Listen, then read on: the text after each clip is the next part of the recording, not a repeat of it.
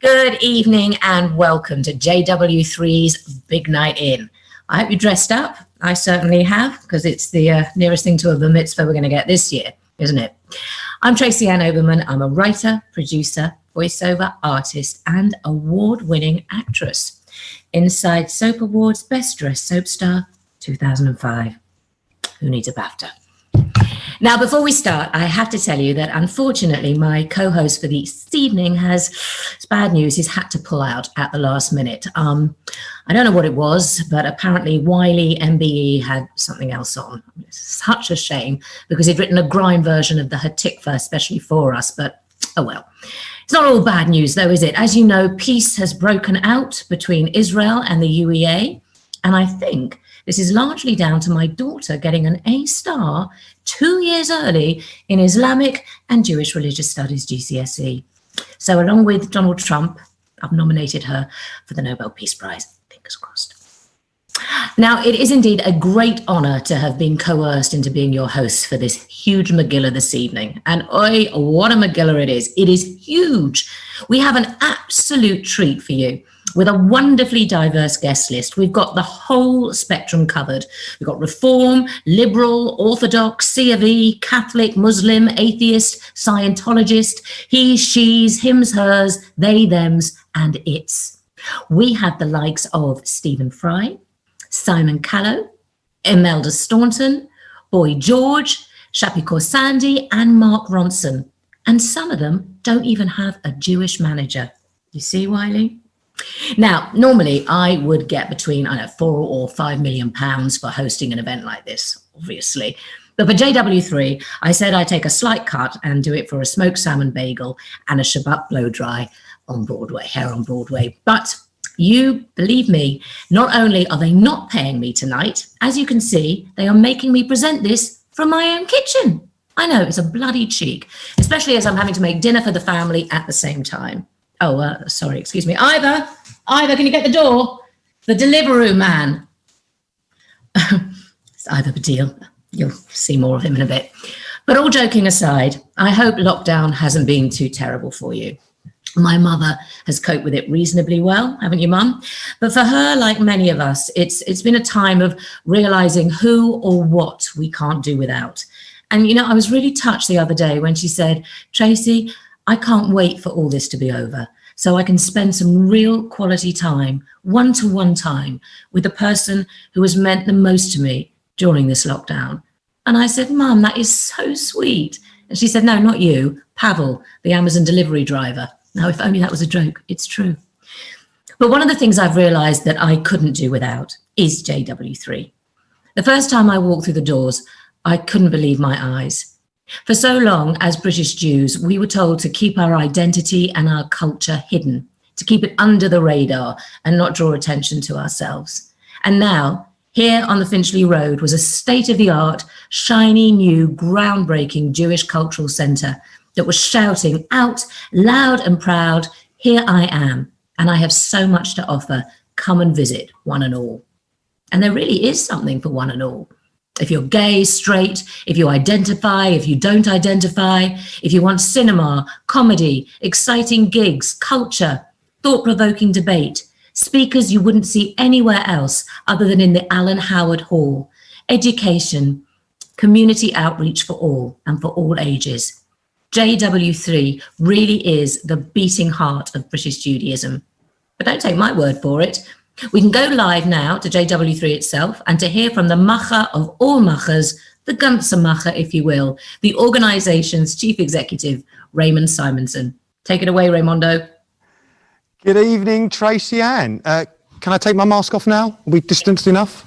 Yeah, I can do that. Okay, great. I thank you so much for that wonderful introduction. It is really lovely to see you. I wish you were here in person with me in the Howard Hall in JW3. Hopefully that will happen again soon. You were right, Tracy Ann, to highlight that no expense has been spent on this evening's very special event. And all of our stars, including you, have generously donated their time. So thank you and everyone else for that. I guess I should have been a little bit suspicious when our chairman texted me to say he was sending over a chauffeur for me for the night. And then this turned up. So, yeah, it's working at least. All right, I promise you, the good news for you and all the audience is I'll leave all the rest of the jokes to you and to our comedians for this evening. All I'll do is I'll pop up a handful of times throughout the evening just to say a few words about JW3 and to give updates on how we're doing. Because as you know, Tracy Ann, whilst this evening is, of course, about having some good old-fashioned, socially distanced, hand-clean fun and entertainment and chat and comedy and music, the real reason we're here is to raise some important funds for this charity that I am really proud to lead as CEO. JW3 is a unique charity. We are running the only Jewish community centre and venue for arts and culture of its kind in the UK.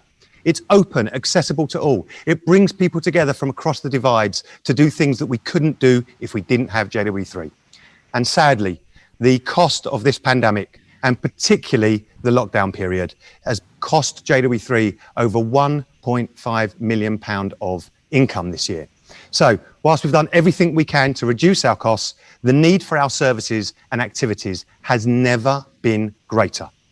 Whether it's our online educational courses, our groundbreaking cultural programming, our family activities for all ages, or our emergency food bank services that we'll hear a little bit more about later on, we have seen the demand for our unique blend of community, arts, culture and conversation soar. And that's why this glittering array of stars have all agreed immediately to give us their support this evening, and we're so grateful. And it's also why I'm going to ask every single person, every single one of you watching at home to show us their support too. If you enjoy any single part of this free event this evening, or if you hear anything about JW3 that moves you, please just get out your phone. That's all you have to do. Get out your phone and text. There'll be numbers coming up across the bottom and along the side. Just text to donate. You can give £10 or £20. And if you are able and are moved to give more than that, you can go to our website at jw3.org.uk/pledge, and you can give as much as you're able, as much as you like. Thank you. Now, here's the really exciting bit about the donations, and then I'll stop. Every pound given tonight in support, up to the first £100,000, if we can get there, will be doubled. That's right. Every donation that you make at home, every single one of them will be worth twice as much to JW3. And this is all thanks to the phenomenal generosity of our wonderful partners, Genesis Philanthropy Group, GPG. So, whilst you will get comfy in your seats with your tequila or your cup of tea, I'm delighted to introduce this brief welcome message from GPG's co-founder, Michael Friedman. Good evening, ladies and gentlemen. It's a great pleasure and privilege of mine to get a chance to make a speech for JW3's Big Night In. We in Genesis Philanthropy Group immensely proud to be a long-term supporter of JW3. For us, JW3, it's not just a building, of course, despite that it's an excellent building, but it's a very important focal point of Jewish life of London and more broadly for United Kingdom. It's personal matter for me because I'm living in this neighborhood. And of course, I remember very well unforgettable evening with my personal friends and hero, Natan Sharansky, on the stage of JW3 when we have a kind of, conversation. And many other things which connected me personally with JW3. I'm quite often here, and I definitely believe that it's really a very important part of Jewish life. Very vibrant, colorful, interesting, and so on. Of course, that was JW3 was heavily hit by COVID, as many other community centers worldwide, and it was a lot of efforts. I'm sure people who are running this center to continue their important work. And what is excellent that actually, despite of this very difficult circumstances, JW3 permanently, continue doing their very interesting program, meetings, services, and any other form of activity which was required by hundreds of thousands of Jews and non-Jews. And I think that it's our mission as a Genesis Philanthropy Group to make everything we can to not just for surviving of JW3, but for thriving of this project. To be sure that JW3 will continue to provide all of its many outstanding programs that contribute to a vibrant British Jewish community. On behalf of Genesis Philanthropy Group, I would like to thank everybody for participation that night and that charity. And I'm sure altogether we could make JW3 even more prosperous. Thank you very much and good luck. Bye-bye. Wow. Thank you so much, Mikhail, and to Marina and to Miri and to all the team at GPG for your outstanding generosity, your partnership and your friendship. We are so grateful. Now, all you have to do at home is just sit back, enjoy the next couple of hours and help us trigger that GPG match funding by donating, by giving throughout the evening and telling your friends, texting and tweeting and WhatsApping and putting it on Facebook to let everyone know to watch it. The more you give, the more we can reach that target and double it. So that's it. I'm going to get out of your way and hand back over to you, Tracy Ann. Enjoy the show. Thanks, Ray. And it's so true. JW3 means so much to so many of us. So, let's do what we can tonight to keep it going and to keep it active. Just to reiterate and basically to repeat what Raymond said, we are raising funds for JW3. And if you want to give, the details are below, by which I don't mean the basement, I mean below on the screen. Yeah. So just text BIG, BIG 10 or BIG 20 to 70470. Cost is standard plus donation. Or please go to the website if you want to give more, jw3.org.uk/pledge, which is also below. Right, for my first guest now. This is exciting. He is a shining light of both the Jewish and acting communities with a list of credits that reads like a very impressive list of credits. He's played Captain Lorca in Star Trek. He's Captain Hook in Peter Pan, Georgy Zukov in my personal favourite, The Death of Stalin, and most recently, he provided the voiceover to the documentary Liverpool, The 30-Year Wait, something I only mention because Ivor wrote the script for it, and he asked me to put it in. Keep mashing. Ivor's available for weddings, bar mitzvahs, brises, and dogging parties, just anything really. But back to my guest. He's probably best known for playing the villainous Lucius Malfoy in Harry Potter. I saw him in one of his first ever performances at the Edinburgh Festival in 1985, 6, I can't remember, but he was absolutely amazing then. Everybody knew he was going to be a star. It is, of course, the wonderful Mr. Jason Isaacs. Hello, Jason. Hello, my darling. How are you? I'm all right. Lovely to see you.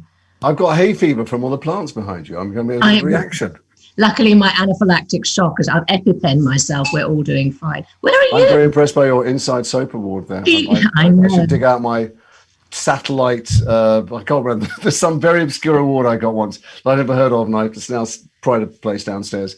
Oh, I know. I mind you, I have got my Pointless Award, but there we go. I hope you get one of those. What do you think of Get- my Yeah, Bat where do Cave? you live? Do you live in a Black Box studio? I do. Yeah, this is no. They sent me this for a junket at some point, and then they refused to come and get it, to bring it back, and now I use it because I feel so judged by when you do a Zoom by what books you've got and what things you've got on the shelves, and this way I'm a blank slate. You're just a blank slate. You can be whatever you want to be. I kind of like it in a But sort. here's the thing: I'm so bored. In fact, everybody in Britain is so bored of me talking about myself because I publicise rubbish all the time. But I've been reading about you. I feel like I should interview you now because I want. There's so many things I'm dying to know. Like, Little what Hobbit. did your parents say when you decided to go off and study classics? They said, It's not a vocational thing, is it? well, not in when we were, because we are of an age, we've hit our 40s now, but back when we were young, going to university, my parents thought classics was about as useful. It was like, why? Well, that's what I'm presuming. Did they say, what are you going to do with that? Be a teacher? So what's the point of that? Go and do law or accountancy. But you did law, didn't you? I did do law. And my dad is watching this. Hey, Dad, where are you? I think if he's managed to sort out the buttons. And my daughter is going off to do English next week somewhere. And he said, of course, what I expected him to say was, what's she going to do with that? It's a Yeah, exactly. personal question that I found myself asking as well. But you see, all roads have led us together. It's really, really lovely to see you, particularly as you've been living in the States and now you're back here. Tell me, what have you been, how's your lockdown been? No, what I want to know, I'm worried. I think there's a lot of old Jewish people watching this program going, has she eaten? She started at 8 o'clock. She probably started getting dressed at 6. Have you eaten anything tonight? Can I just say, Neil, who's been helping sort this out, ran down the road to Marks and Spencer's. That's an endorsement. Give us some money, M&S, and bought us all, including Ivor, a chicken salad sandwich. Very nice. Have Very you nice. eaten? I hear you got caught. I've not eaten. The stuff is being ordered downstairs. You had a joke. There's a real Deliveroo thing going on. And I ran in because I was late for this. I ran in about 20 seconds ago. And they went, what do you want from Deliveroo? And I went, and I did. I decided. And now I'm going to have to eat late. And But listen, they don't want to know about me and my eating. I mean, look at me. I do. But so I was thinking, I want to ask you about the things that you've done. And Let's do that on a phone call. It's all about you. 600 radio plays. More now. 600. And I've written five. See, Do you know anyway, the problem with? Here's the problem with radio drama. I'm sure yours are the exception. I Literally. switch on the radio, and within 2 seconds, I go, oh, it's a fucking play. no, you love them. Pardon my language. I hate saying play in public. But you just always know. You know within 2 syllables, it's somebody acting. No, but only if they do that Radio 4 voice. Mine are really good. I've got a really I'm exciting. sure that, well, yours, obviously, I've never accidentally. No, put I'm going to something send on it. the Maybe you'd like to. Would you want to be? Oh, there's loads of parts you could play. Do you want to play Sidney Poitier? It's the radio. Anyway, I have so many Yes. questions to ask you. I want to know what is, and people have been asking me questions for you because you're such a hot favourite. What is the favourite role you have ever played? Oh, that's like asking which is my favourite. I know. children's I didn't film. ask it. It's A weird lady thing. from Hendon Well, did. here's the weird thing. So the public, as you know, the public see the things that ends up being the piece of work. But my memories of them are who was nice, who was horrible, where we were shooting, what the food was like, what the weather was like, stuff like whether we were having a bad time, my wife and I, or, stuff like that. So we lived in Australia to make Peter Pan, and we lived on a beach because Brad Pitt had agreed to go and make a film in Australia, and he dropped out. And they'd rented this big house on the beach for him, and they'd rented all the studio things. And so when we got there, the entire crew was, I'm going to swear again, was wearing "Fuck Brad Pitt" t-shirts. No. I don't get the joke. I don't know what they do, but they went, and they said, we've got a house for you. And we went to the house, my wife and I and our newborn baby, and went, they've made a terrible mistake. This is so beyond my pay grade. I don't get to live in places like this, but I lived in a place that was put aside for Brad and Did you Jeff keep Branson. thinking somebody was going to knock on the door and just say, It "Pack didn't stuff up, make please"? any sense to me at all. And then I lived on this beautiful beach, and also I didn't get paid that much for the film because I was, and still am, nobody. And before I got the job, I had to sign what's called a pre-test deal, so that you had to agree the money before you get the gig, so you've got no leverage. But once I got it, the agent managed to go, look, you're not paying very much money, so you need to give him perks. And I got 2 first-class tickets every month for friends or family to come and visit me in Australia. No. And I wasn't The even. film went 7 months and like $100 million over budget. And every month they come to me and they go, I'm really sorry, mate. I think it's probably going to be like another month or 2. And I go, all right, then. And we make some phone calls, and I just phone and go, hey, do you want to come to Australia? So That is my amazing. favourite job I ever done, I think, is probably that. Not because of the part, but because, although the part was Experience. fabulous. And you know what's so I think lovely it's for a about that? year. That story is great for any young person watching this who's thinking about going into entertainment law or agenting. I think Jason's given you a good steer there of how to negotiate for your client. Very, very quickly, I have to ask this. You recently played Dick Dastardly in Scooby-Doo, which has made me literally... In Scoob. Scoob, exclamation mark. Scoob. Yes. Did Wiley run? And tell me, what did... Don't talk about Wiley. What was that about? How come? What, how, where? And who played the... I don't know. Well, so Dick Dastardly, what's he doing in the Scooby-Doo story? Because it's Hanna-Barbera, the cartoons we grew up watching on a Saturday morning, those of us that had just come back from shul. And and they're now trying to do, I guess, cross-hatching all the different Hanna-Barbera characters. Like Marvel films. Exactly like that. And I got in there and they said Dick Dastardly is the biggest ham ever. Having given millions of interviews in my life saying, I don't take moustache-twirling villains, I look for new ones. I then played... the quintessential moustache-twirling villain, and it was fantastic. I had such a good time. The bummer of it, this is what I got this backdrop for, and my little ring light. Here, look, my little pretty ring lights for this. Oh God, don't take it off. 900 without it. Go on, put it back on. 28 again. And the part of the great fun of it is the cast list was this kind of who's who of people I'm utterly starstruck by. And I was looking forward to meeting them on red carpets, and instead, of course, the junket was done. Oh, God. Name the top person you wanted to meet in that. Ken Jeong, the Korean actor. I was a little bit scared about meeting Mark Wahlberg, and I felt that Zac Efron and I might be besties had we hung out. Well, you look very similar. Maybe if I met them, I'd have the courage to say, hey, we were in Scoob together. I doubt it. I want you to wear a T-shirt. Scoob. You moved, you shimmered there. I just realised you were wearing I know, look at me. I've come dressed for a bar mitzvah / bris. When was the last time you got to dress up? Oh, years. I mean, there's been no award ceremonies. There's been no parties. This is I've been wearing sweatpants. I've been wearing pregnancy clothes for the last 6 months. Listen, I'm going to let you go. We want you. Oh. My God, we want you. You are literally the best. And I did see you all those years ago in Edinburgh. Do you remember? I can't believe it. You must have been 5. Your parents brought you, obviously. I was like an embryo, but you were amazing. God bless. Thank you so much for being here and supporting. Bye. Good luck. Thank you, everyone, for watching. Please give some money if you can, because JW3 is a fabulous place. And Dad, go there more often. I've been telling you. Good luck, Trace. Have fun. Bye, everyone. Okay. Now, if I said to you that my next guest was Stephen Schwartz, the composer and lyricist of Godspell, Pippin, Wicked, Pocahontas, and Prince of Egypt, and winner of 3 Academy Awards, you probably say, Tracy Ann, you have gone with Sugar. But I haven't, not yet, but the night is still young. So here, with what I'm told is a combination of song and speech, they don't tell me anything around here, it is the magnificent Stephen Schwartz. Hi, this is Stephen Schwartz, the composer and lyricist of Wicked and Prince of Egypt, saying thank you for your support of JW3, helping them to continue all the great work they do. So we are not afraid, although we know there's much to fear. We were moving mountains long before we knew we could. There can be miracles when you believe. Though hope is frail, it's hard to kill. Who knows what miracles you can achieve? When you believe, somehow you will. You will when you believe.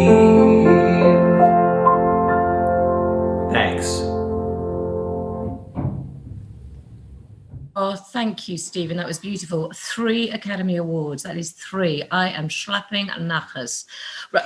No, it's still got lumps. Go on. Right. Time to head back over to the big cheese, JW3's chief executive, Raymond Simonson, who is going to say some more words. Raymondo.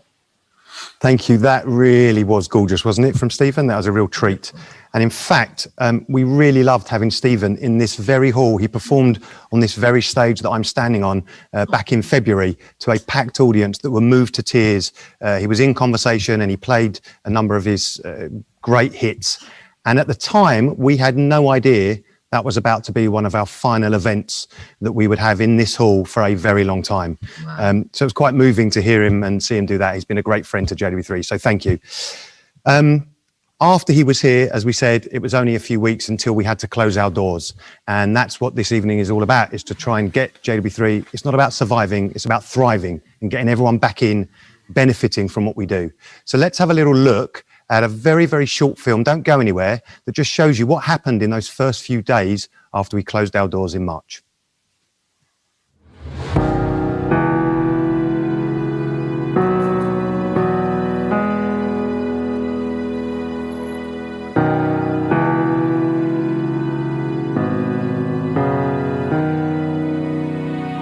A couple of weeks before the rest of the country went into lockdown, we were already feeling the effects of coronavirus in the UK.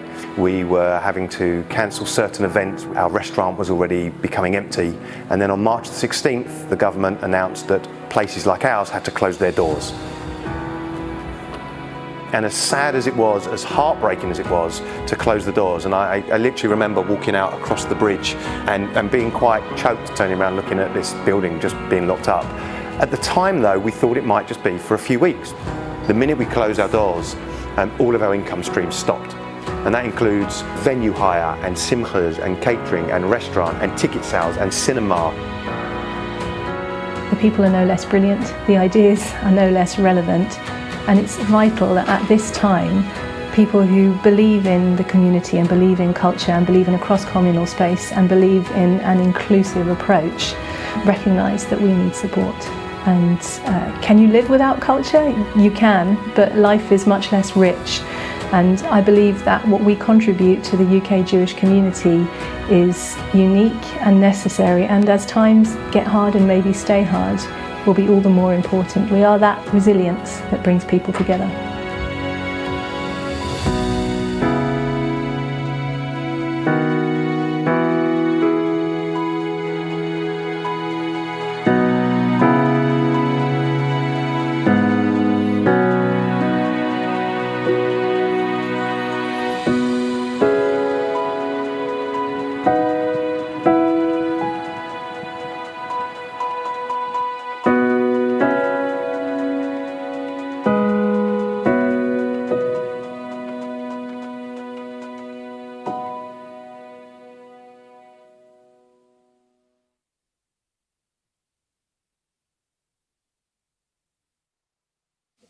And then he covered it in whipped cream.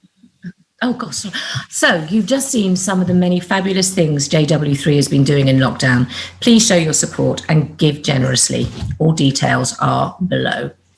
Okay, time for another guest now. And hold on to your hats, because this one needs no introduction, which is great because I haven't written one. He doesn't need one. It's only Mr. Stephen Fry. Stephen! Hello there, Tracy Ann. Would you forgive me for being so badly dressed? Oh. I've just spotted that everybody, I didn't get the memo, I think, or if I did, I forgot it. So please forgive me. It doesn't show a lack of respect. It's just a great deal of incompetence. I've just not had a chance to dress up the entire time of lockdown. I thought this was the opportunity to get the old frock out. You look wonderful, Stephen. Well, lockdown has suited you. And you're baking and loaf making. All the cliches, I'm afraid. Yes. Banana bread, sourdough, the whole thing. It's embarrassing, really, but I can't help loving it. How have you found lockdown? Well, I'll be frank. I'm very lucky. I've got a nice house in the country, and recently I've been very busy recording audiobooks. I have a little kind of makeshift studio here, so I can sit in the morning, read Orwell and P.G. Wodehouse and other books for Audible. I have this contract with, and it suits me right down to the ground. I'll be perfectly frank. If I had the choice between enforced socialization and enforced seclusion, I'd take enforced seclusion every time. I have to say, I think for many of us, that freneticism of feeling, you know, I've got to be somewhere, I've got to do something, I've got to be achieving, to have that taken away and knowing that everybody was... Yes. I mean, I have dreams. Have you found that you dream more intensely lately than you ever have in your life? I certainly have. And I do have dreams in which I'm back in a world of contact and so on. And waking up is a bit alarming to remember that that's a past existence. But I think, you know, we all cope in the... I get very annoyed by the phrase, we're all in the same boat, because we're obviously not. We're all on the same sea. Yeah. But some people are in super yachts and some people are in rather rusty, leaky old things. And one feels one's heart goes out, you know, to the crisis that has been engendered by this. It is very real, and I have to keep hugging myself for being one of the fortunate ones. I think what's nice, particularly amongst our acting community and JW3 community, is that we've been very aware of reaching out and doing what we can to help those who are not sailing quite so nicely. It's true, yes. And of course, within theatre, and I was reminded just as I switched on and saw your wonderful face and sparkly form, that the last time we saw each other was very close to lockdown. It was the premiere of that extraordinary Tom Stoppard play. Was it? Yes, yes, it was. Leopoldstadt, yes. Which was an incredible piece of work about it really was. The Jewish area of Vienna just before, well, over the decades leading up to the Nazi, the Anschluss and so on. Incredibly moving and very close to my family history as well. I did that. Have you done it? I'm sure you have. Who do you think you are? No, I've always wanted to. I remember. The awful thing is, if you're Jewish, all roads lead down the same path, and so it always ends in tears with the, but we went to Leopoldstadt for the programme, to the exact area where Tom's family, Tom Stoppard's family, is set, or at least, in this. His actually was more in Prague, but he set this fictional family in this area. But it was my last memory of theatre. I do remember. I mean, you're such a Renaissance person. You're so creative. I mean, I was meant to be opening in the Merchant of Venice this week, which sadly, theatres and live performance has shut down. And why do you think that arts and culture bring people together so much? Because I know one of the things that people have been crying out for is saying that you can watch all the television in the world and all the Netflix in the world. They miss that live connection. Yeah, I think you can do without a physical hug, but it's very hard to do without an emotional hug. And there's something in live performance that is a real contact that you have with everybody, both the audience around you, but the very fact that artists see things, they notice, they look into their own souls very often, or they look into the souls of those around them, and they see things that the rest of us don't. And once they've seen them, they sort of release us. It's like when Oscar said, life imitates art. Everyone thought he was being foolish, because it's usual to say that art imitates life. But he's absolutely right. I mean, he made the point that once Turner had seen a particular way that the sun sets, then nature started doing it all the time. In other words, we could then see it ourselves. So life really did, follow the art. You're so creative and you're so multifaceted. How have you been channeling that, or have you been working on any projects other than the Audible stuff? Well, yes, I've been doing the audiobooks, but I've also written the third of what is now going to be a tetralogy of books on Greek myth. Oh, have you? Yes, I wrote a first book called Mythos, which was about the birth of the gods and the creation of mankind, and the early myths and the transformation myths, the metamorphoses, as Ovid called them. And then a second book called Heroes, about the great heroes of the golden age of Greek myth, Heracles and Theseus and Jason, Perseus and so on. And I thought that the third book would be the Trojan War and the Return, the Odyssey and Agamemnon coming home and so on. But the Trojan War filled up so much, it's a whole book on its own, the beginnings of the war, the judgment of Paris and so on, the abduction of Helen, and the great siege of Troy and the wooden horse and so on. So that's the next book, and it's coming out in a few weeks. That is so up my street as a classicist. That's beautiful. Oh, I can't wait. When's it out?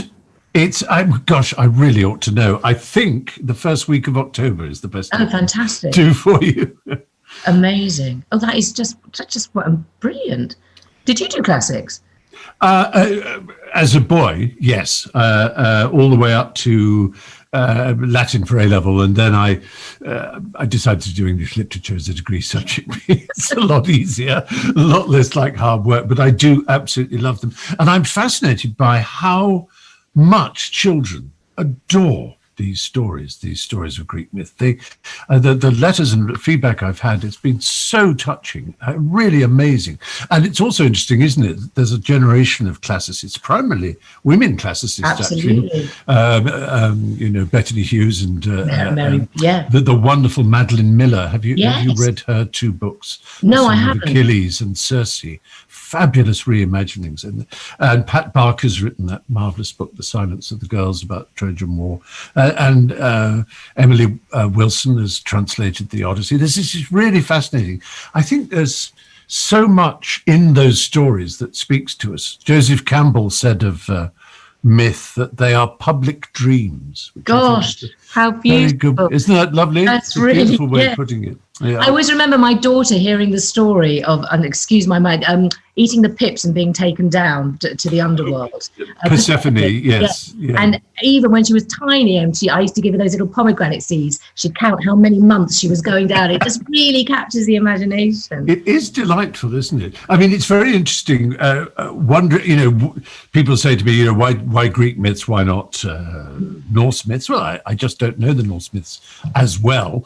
Plus, Neil Gaiman's just has a book anyway. It's got me. Yeah, but it's such a something. I mean, I loved as a child. When I heard the story of Arachne, this idea that you could, as it were, reverse engineer a creature. Like you'd look at a spider and say, how did it? It's like the Just So stories, How did the spider get its weaving skills? And you tell the story. I like Prometheus. That always stayed with me. Prometheus yes. bound and Atlas holding the Atlas. An Atlas, yeah. This is like a tutorial. Listen, if anybody wants to be in, Stephen later will be in.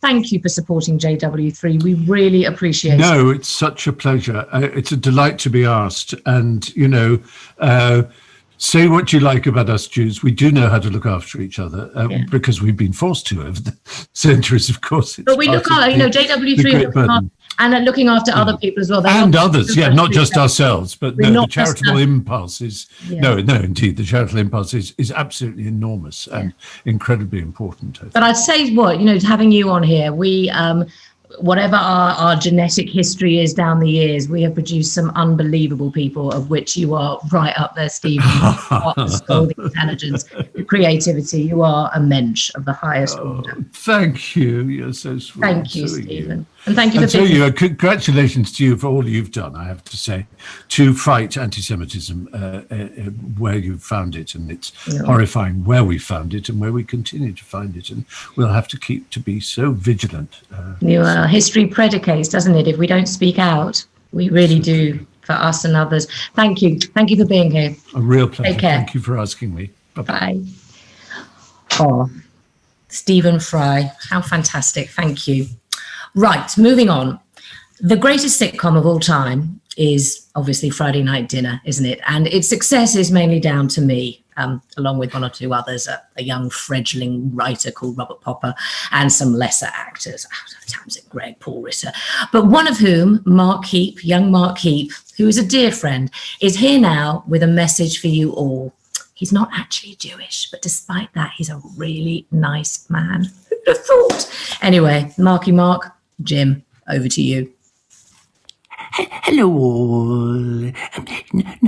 I just wanted to say that I had some money which I was going to give to JW8 because it's very important and it's quite a lot of money. It's about £11 and I put it in an envelope, in a sock, in a cup, near the stairs for extra safety. And then I went to check the sausages. And when I came back, Milson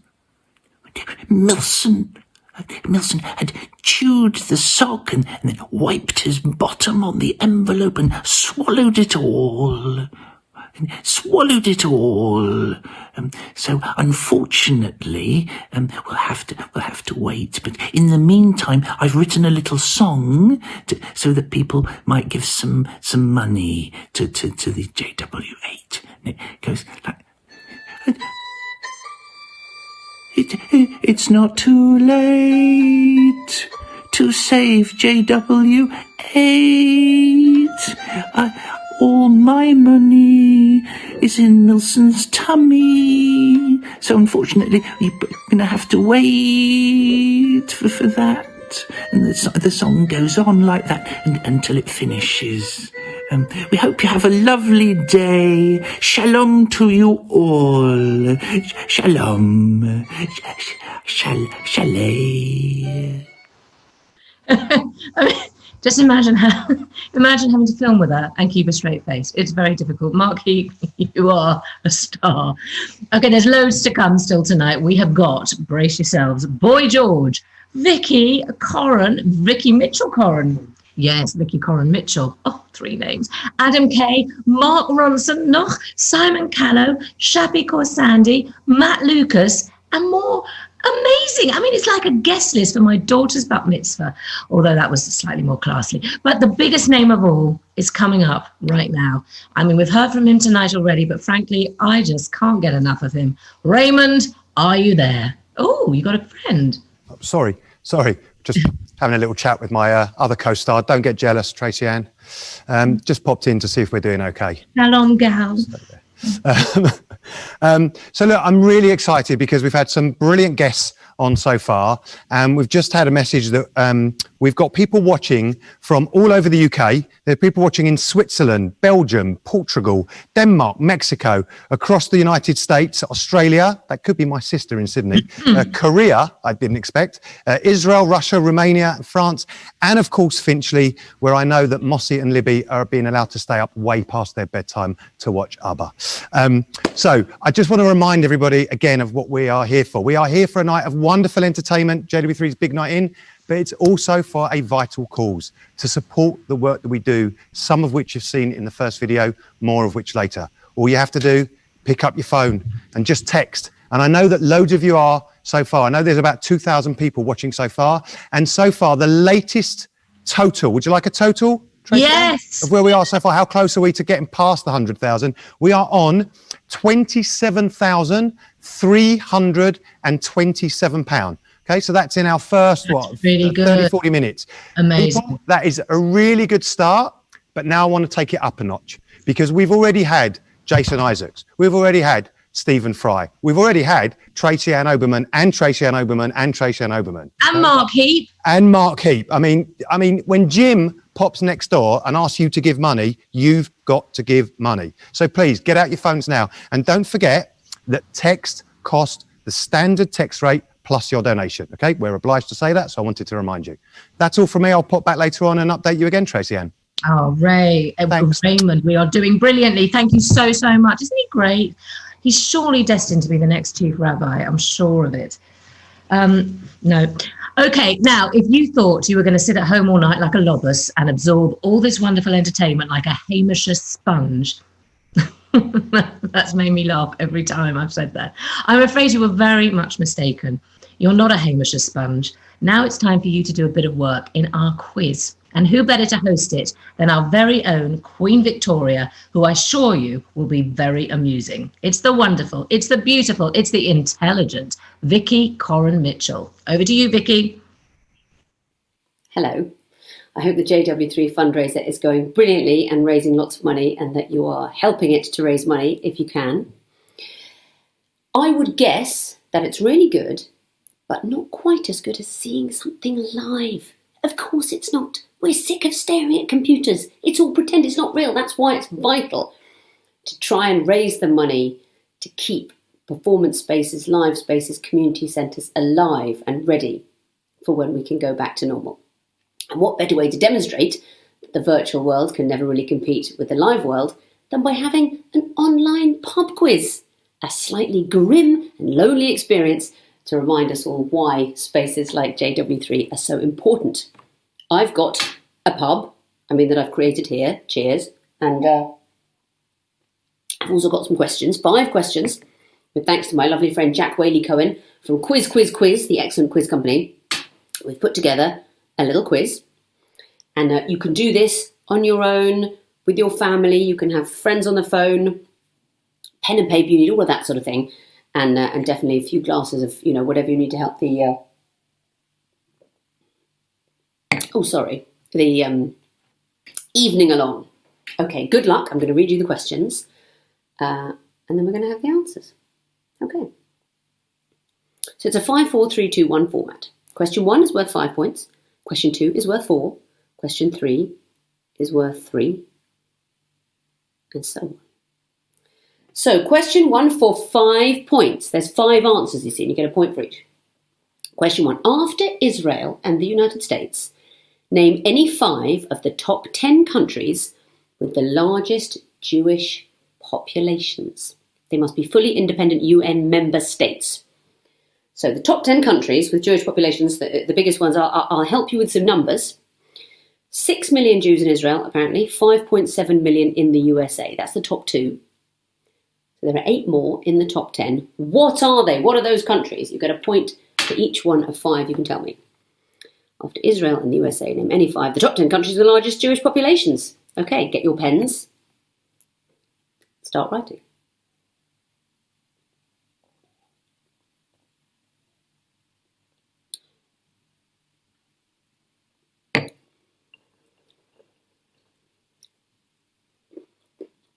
How are you getting on? No, not that one. Largest Jewish population, it'd be ridiculous. That's a better idea. Sometimes it's annoying to have teammates, isn't it? Giving the wrong answers.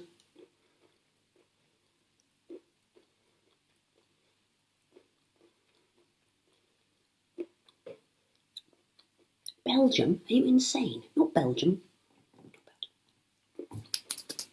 Try again.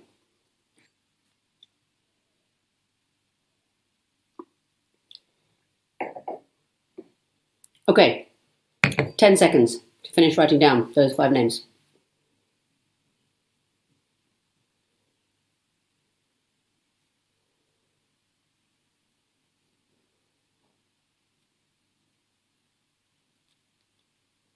Question 2.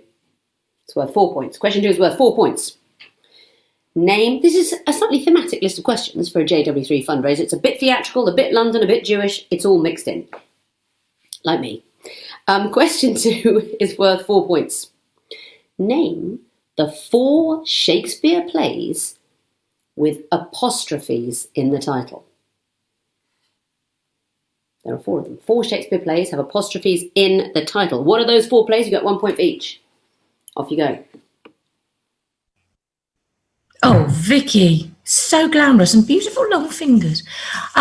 Vicky will be back with part 2 of the quiz a little later, so make sure you have your pens and paper to hand. Now, I'm afraid to tell you that our next guest is a terrible, terrible person. When he was younger, he made his parents so proud by becoming a doctor. Oi, were they quelling and slapping nachas like there was no tomorrow. But then, I can hardly say it, then he gave it up to become a bloody writer and a comedian. Oh, the shame. I mean, the shame. Though, to be fair, he hasn't done too badly. It is only the wonderful, award-winning Adam Kay. Hello, Adam. Hello, how are you? I'm all right. Where are you? Something I haven't worked out over lockdown is how to make my Zooms look like I'm not being kidnapped. Well, you do look like you're in a hostage crisis. Yeah, so I've tried everything, but this is what it looks like. Maybe something that isn't beige up against. I mean, it's sort of like beige. Oh my God. Yeah, I know. Is that your house? Yeah. Oh, you go. My beige house. Just think, if you'd been a doctor, you could have afforded. Yeah, exactly. I could afford some flowers. Yeah. Adam, last time I saw you was at the Podcast Festival, the London Podcast Festival. That's right. Yeah. Remember? I remember the days when you could go out to events with people. The before times. But your book had just gone to screamed to the #1 of the bestseller, and I think it was just like you were everywhere. Everybody was going nuts about you. Yeah. Now I'm yesterday's news now. That's why I'm here. You need coronavirus. You said, doctor. Listen, you're brilliant. You're amazing, and you are about to do a set for us, haven't you? You've been to JW. I say a set. It's just reading out loud, which is the closest I can do. But so I'm going to do that. You've been to JW3, haven't you? I have, yes. And you have played there, I think, and read there, and acted there, and eaten there. I've done all sorts of things, but this is easier because I can just sit in my beige house. Well, it's not a house, is it? It's a hostage room. You're in a panic. Take it away, Adam. So good to have you here, and thank you. Thanks very much. So I see my role this evening as just sort of bringing down the tone a bit. So I'm going to read out some bits from my first book called This Is Going to Hurt for the next 6 or 7 hours. Is that all right or a bit nib?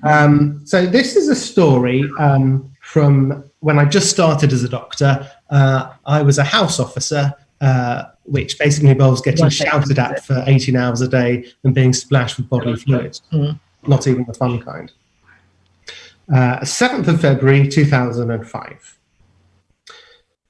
Saw my first degloving injury. Oh yeah, so in the book there's footnotes, but I'm going to have to do those manually for you. So a degloving injury is when the skin and the underlying structures get removed from what's underneath. So like if a motorcyclist flies off his bike and the hands drag along the ground, degloving. We've all eaten, right?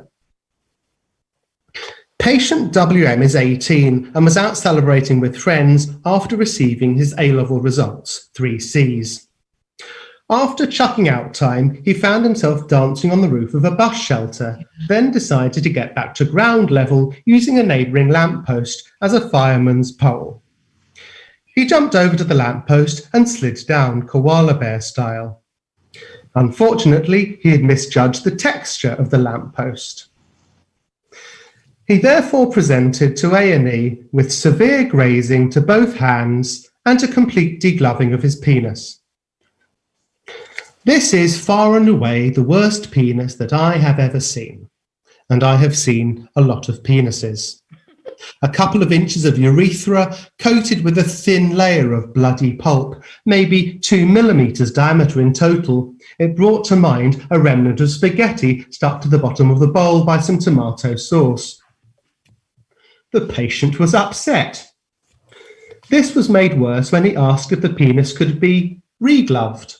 The consultant explained that the glove was spread evenly up 8 foot of lamppost in West London. If there's anyone still watching, I'll try one more. This is from the 5th of July 2005. Trying to work out a 75-year-old lady's alcohol consumption to document in the notes. I've established that wine is her poison. I ask, how much wine do you drink per day, would you say? About 3 bottles on a good day? Okay, and on a bad day? On a bad day, I only manage 1. And let me read you out one final entry, and then I think I've probably fulfilled my contractual obligation to you. This is from September 2005. So at this point, I'm working in obstetrics and gynecology, or brats and twats, as it was known. And this is about a Von Toos delivery, which is, the sort of little mini Hoover to suck out a baby. First Von Toos delivery. I suddenly feel like an obstetrician. It's a pretty notional job title until you can, actually extract a baby. My registrar, Lily, talked me through it gently, but I did it all myself, and it felt absolutely great. Congratulations, you did amazingly well there, says Lily. Thank you, I reply, then realise she's actually talking to the mother. Oh, there you go. That's the sort of stuff that's in my book. Do you want me to do any more, Tracy, or do we call it? They said 4 minutes. To be fair, you had me at the pussy penis, and okay, good. And it was very nice of you not to mention me in the wine drinking lady. So thank you very much. Of course. You are amazing. I remember texting you a picture of my daughter's coral fungusy hand on holiday in Mexico, and you helped me. You see, MK hotline. Thank you for being here tonight, and everyone at JW3 really appreciates it, and we're big fans. Hope you raised a ton of money. See you later. Even though the doors to JW3's physical building have been locked, I have been blown away by everything they've still managed to do for the community. Take a look at this. Can you unmute yourself, please, Rona? Do you know how to do that? Look, people are complicated, David. It's not completely black and white. We're not asking for social and racial justice. We're not asking. We're demanding it. the group that is telling their stories is a very self-selecting group. There are people that have left. The building may have been closed to the public, but the activities have gone on. We did a very, very quick pivot at the very beginning. Within about 48 hours of closing, we had a new 3-point strategy that we would focus on becoming a virtual JCC with as much content as we could online. Seeing I spent ages making this. There we go. Good morning, everyone. Oh, I haven't muted you all. See, I still get when we were all told that the building had to shut because of COVID, my first reaction was horror. But very, very quickly we were told that there would be a possibility of using modern technology to give us home lectures, and that was an enormous relief.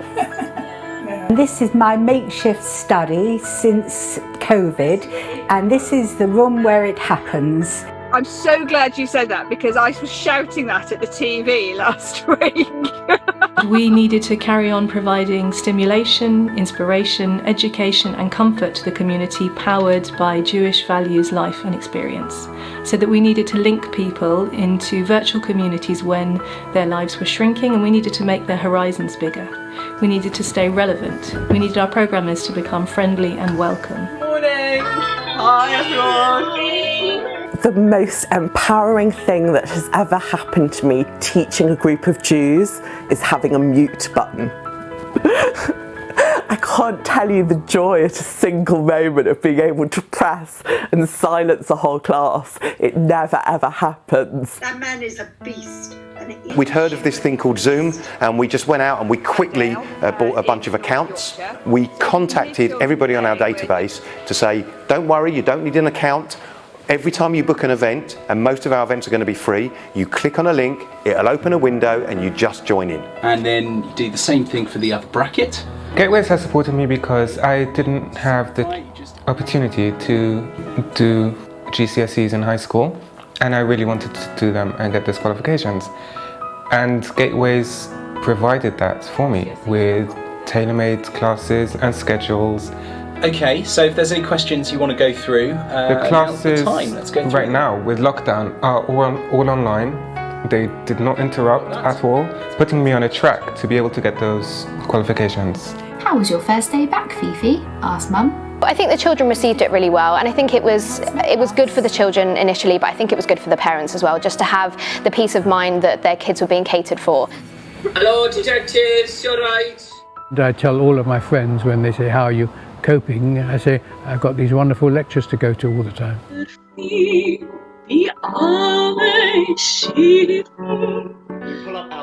We know that we have reached people who we wouldn't have reached before. We know that we have offered opportunities for people to engage and to learn who would never have had those opportunities before. Yes, it was about the learning, but it was also about creating community and checking in and seeing people's faces and how they were, giving people something to think about. Hi, Celia, thank you so much for joining us today. JW3 has really, to a certain extent, saved my sanity. It truly does feel like someone is there for you, almost sort of family. They've been absolutely brilliant. They've done everything humanly possible to enrich the lives of those of us who are stuck. Arnie, go on. Just an observation. Nice hairdo, Paula. Thank you very much. We're going back into the building and we're going to continue to offer this online program, and we really need to make sure that it's sustainable for us, because even though we offer it for free, it doesn't come for free. Okay, I will see you next week, or maybe I won't. Now's the time for us to be properly supported so that we can carry on responding to new events, raising the level of our community's conversation, connecting people across lines of difference, and doing it in such a way that sustains us for the future. Thank you. Thank you, Eva. That was great. Thank you.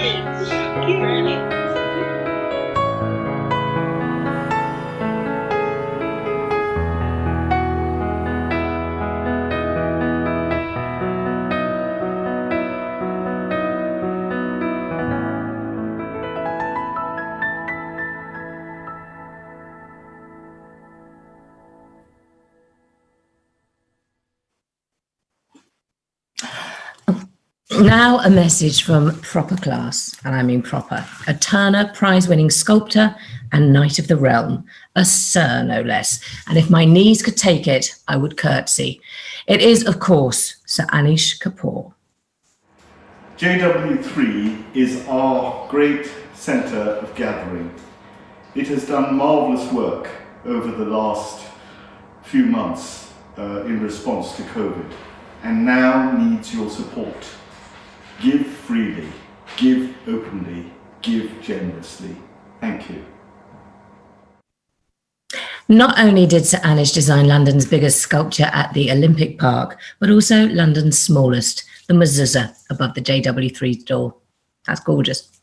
Okay, now back to the Don, El Capo, the Governor, Papa Raymond, for a quick update. Thank you. I think you should follow me around everywhere and introduce me into rooms, because it's the Don. It's what my ego needs right now. So anyway, thank you.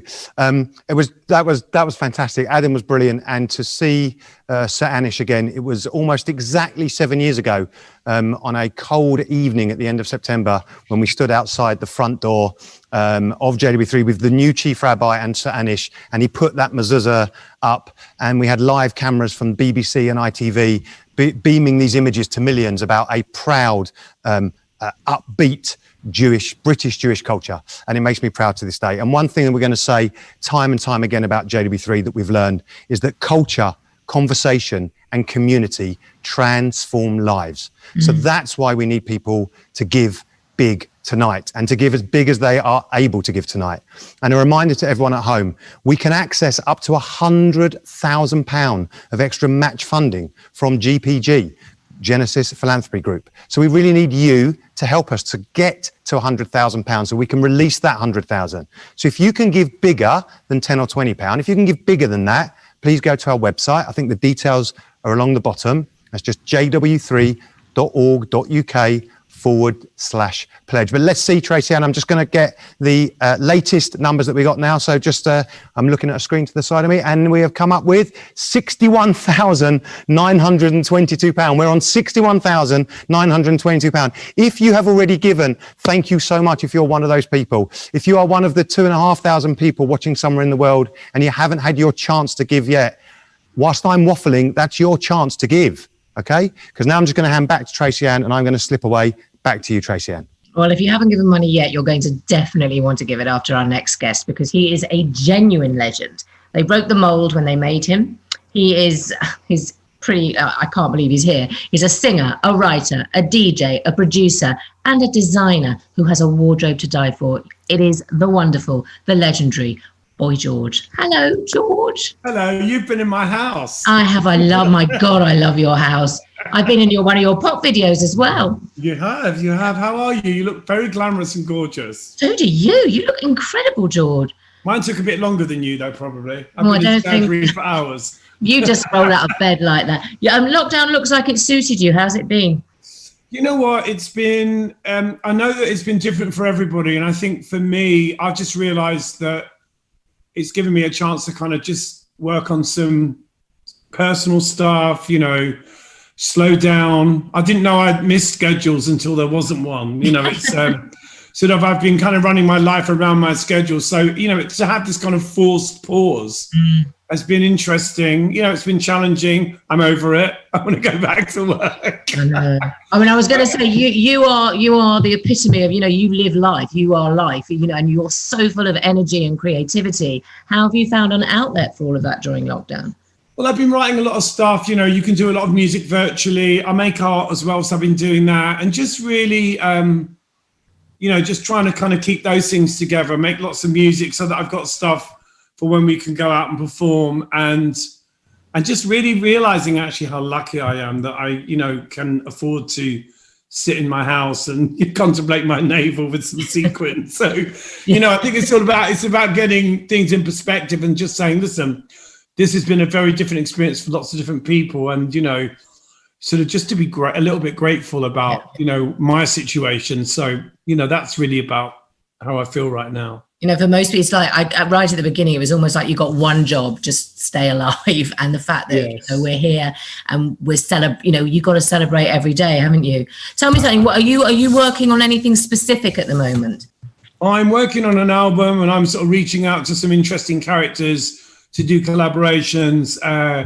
I'm doing something with this French guy called Bigger Ranks, and I'm also doing something with this Israeli kid called Asaf Goren, who is a rapper and a singer and a little bit of a sort of star in Israel. And just kind of working on some sort of, you know, I'm in a band called Culture Club. I need to reach out to some more, you know, something I've never done, you know, worked with other singers from around the world. And that's something I'm working on at the moment, just kind of a more of a global thing, you know. So if there's any sort of interesting people watching, get in touch. Oh my gosh, who wouldn't want to get in touch with you, George? You sprinkle that little bit of magic on everything.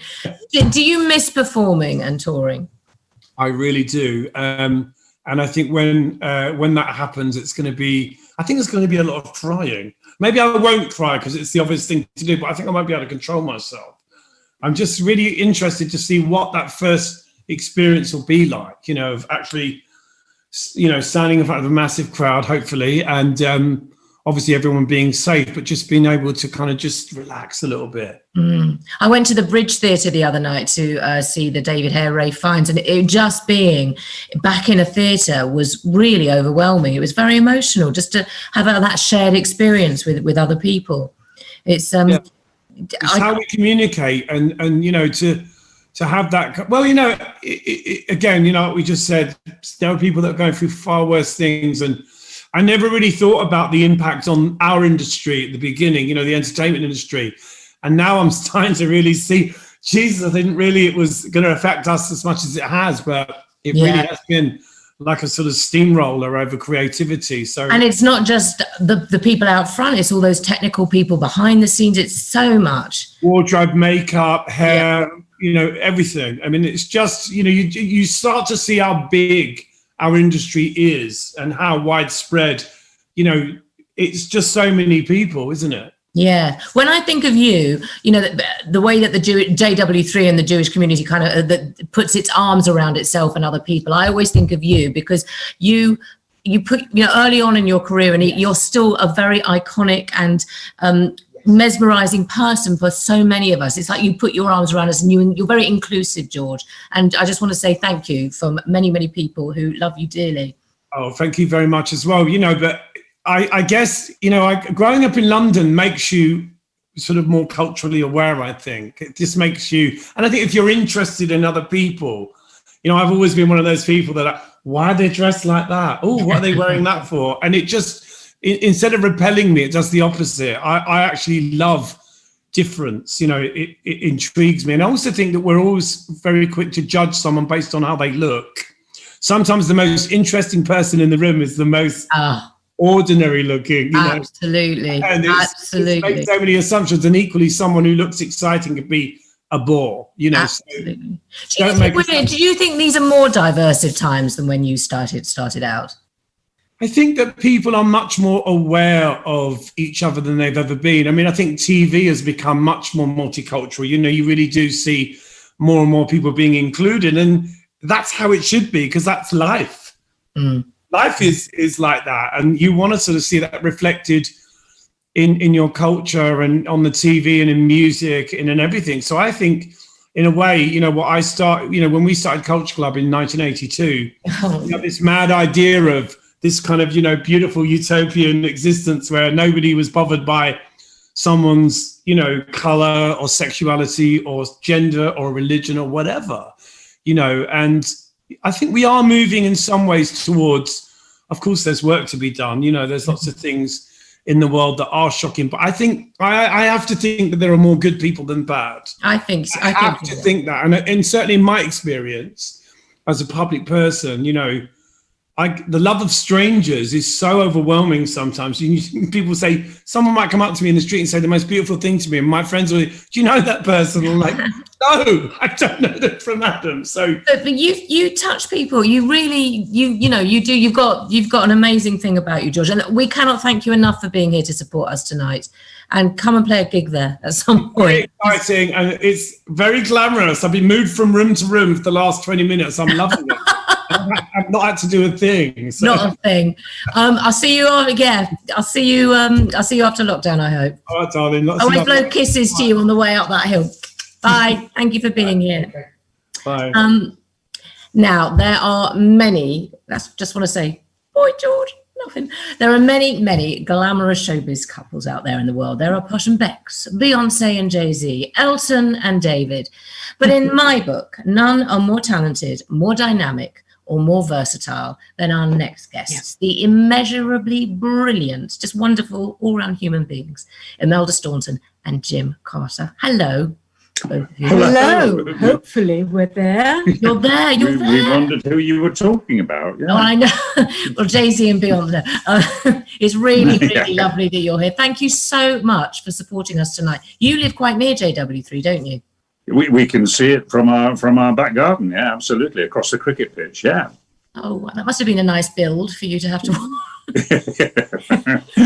We draw a veil over that. Yeah, just you're the busiest actors in the country, and I just wondered how lockdown had been for you.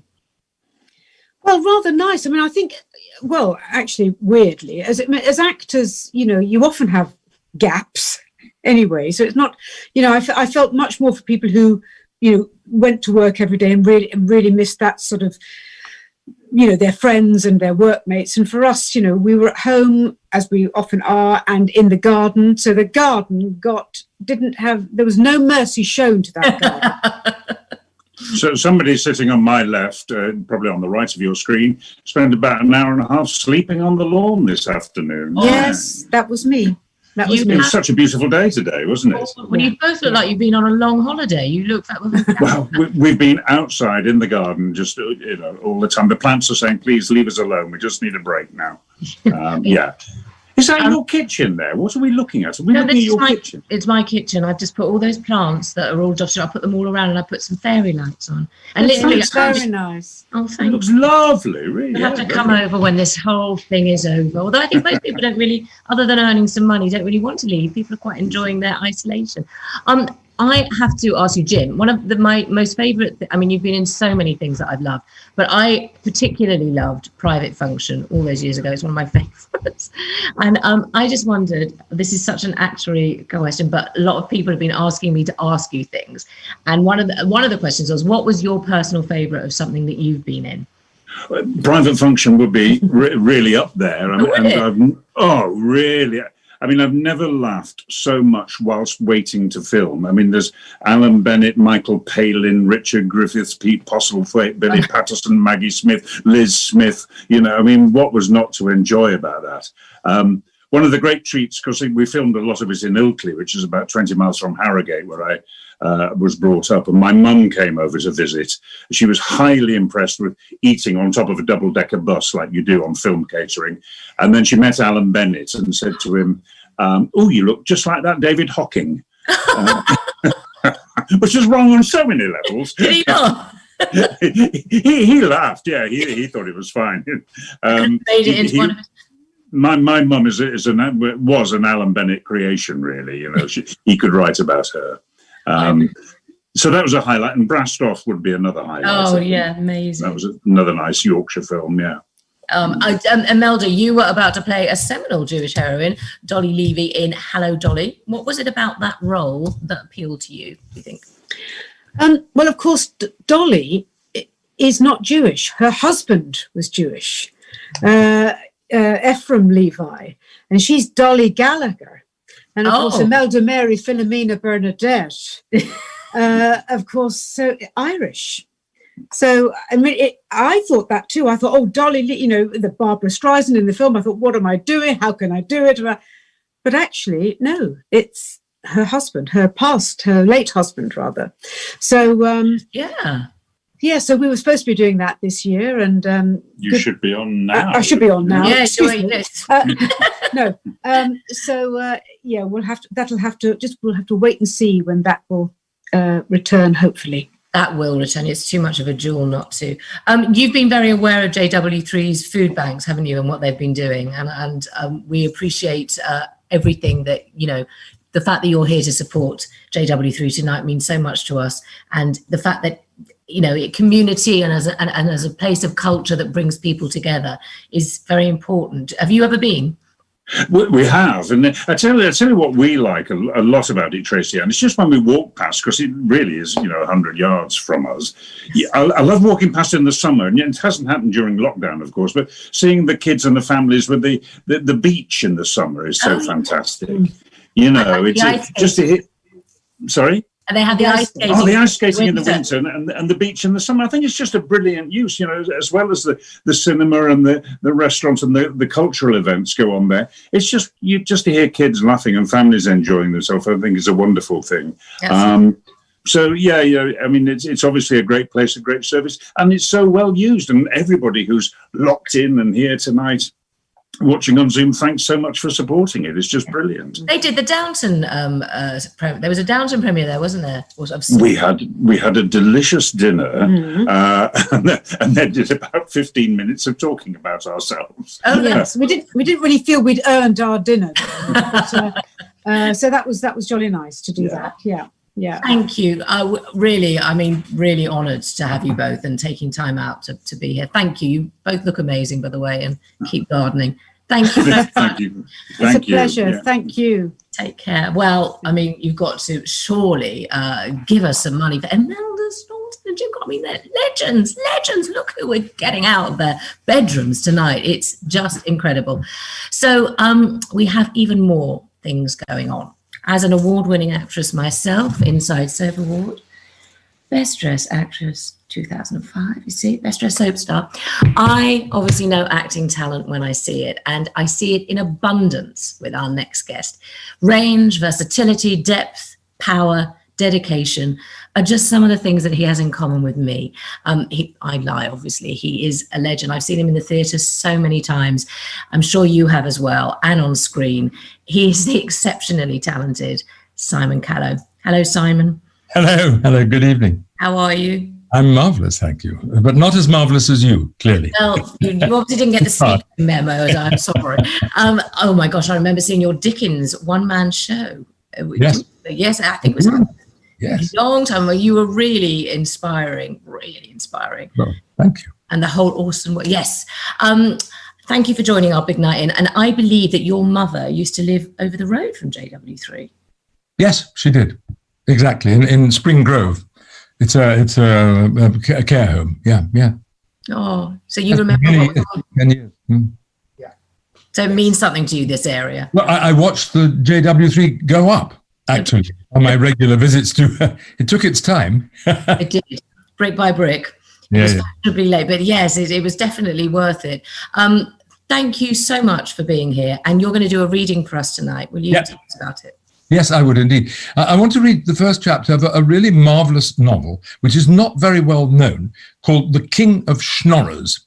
It's an early bestseller of Israel Zangwill, who in his lifetime, he was born in London in 1864, and in his lifetime, he was known as the Jewish Dickens. And there is a kind of an exuberance and a generosity about his writing that justifies that tag. He chose the close of the 18th century as his setting because, as he said, although it's perhaps the most picturesque period of Anglo-Jewish history, it had never before been exploited in fiction, whether by novelists or historians, nor has it much, I must say, since. Zangwill died in 1926, and here's the beginning of his novel. In the days when Lord George Gordon became a Jew and was suspected of insanity, when, out of respect for the prophecies, England denied her Jews every civic right except that of paying taxes, when the Gentleman's Magazine had ill words for the infidel alien, when Jewish marriages were invalid and bequests for Hebrew colleges void, in those days, when Tevele Schiff was rabbi in Israel, and Dr. de Falk, the master of the Tetragrammaton, saint and Kabbalistic conjurer, flourished in Well-Closed Square in Tower Hamlets. And John Braham, composer of The Death of Nelson, was a choir boy in the great synagogue. Joseph Grobstock, pillar of the same, emerged one afternoon into the spring sunshine at the fag end of the departing stream of worshippers. In his hand was a large canvas bag, and in his eye a twinkle. There had been a special service of prayer and thanksgiving for the happy restoration of His Majesty's health, and the cantor had interceded tunefully with Providence on behalf of Royal George and our most amiable Queen Charlotte. Congregation was large and fashionable, and so the courtyard was thronged with a string of beggars, schnorrers, awaiting the exit of the audience, much as the vestibule of the Opera House is lined by footmen. They were a motley crew, these schnorrers, with tangled beards and long hair that fell in curls. But the gabardines of the German ghettos had been in most cases exchanged for the knee breeches and many-buttoned jacket of the Londoner. Many had their loins girded up with coloured handkerchiefs, as though ready at any moment to return from the captivity.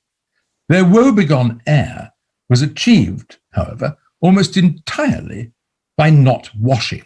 It owed little to nature, to adventitious aids in the shape of deformities. When the pack of schnorrers caught sight of Joseph Grobstock, they fell upon him, full cry, blessing him.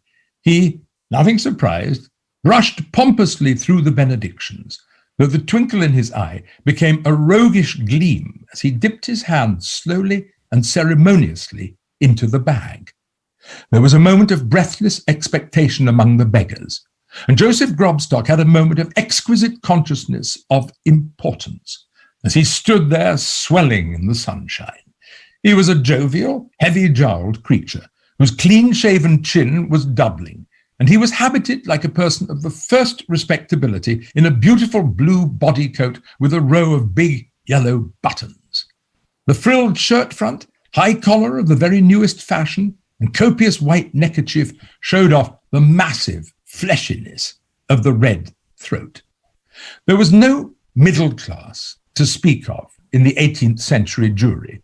The world was divided into rich and poor, and the rich were very, very rich, and the poor very, very poor, so that everyone knew his station. Joseph Grobstock was satisfied with the station in which it had pleased God to place him. When he drew from the bag was a small white paper packet, and his sense of humour led him to place it in the hand furthest from his nose. The first schnorrer, feverishly tearing open his package, found a florin. Silently, Grobstock dipped again into the bag, and selecting the hand nearest, put a second white package into it. A wave of joy brightened the grimy face, to change instantly to one of horror. "You've made a mistake! You've given me a penny!" cried the beggar. "Keep it for your honesty," replied Joseph Grobstock imperturbably. The third mendicant ceased laughing when he discovered that fold on fold of paper sheltered a tiny sixpence.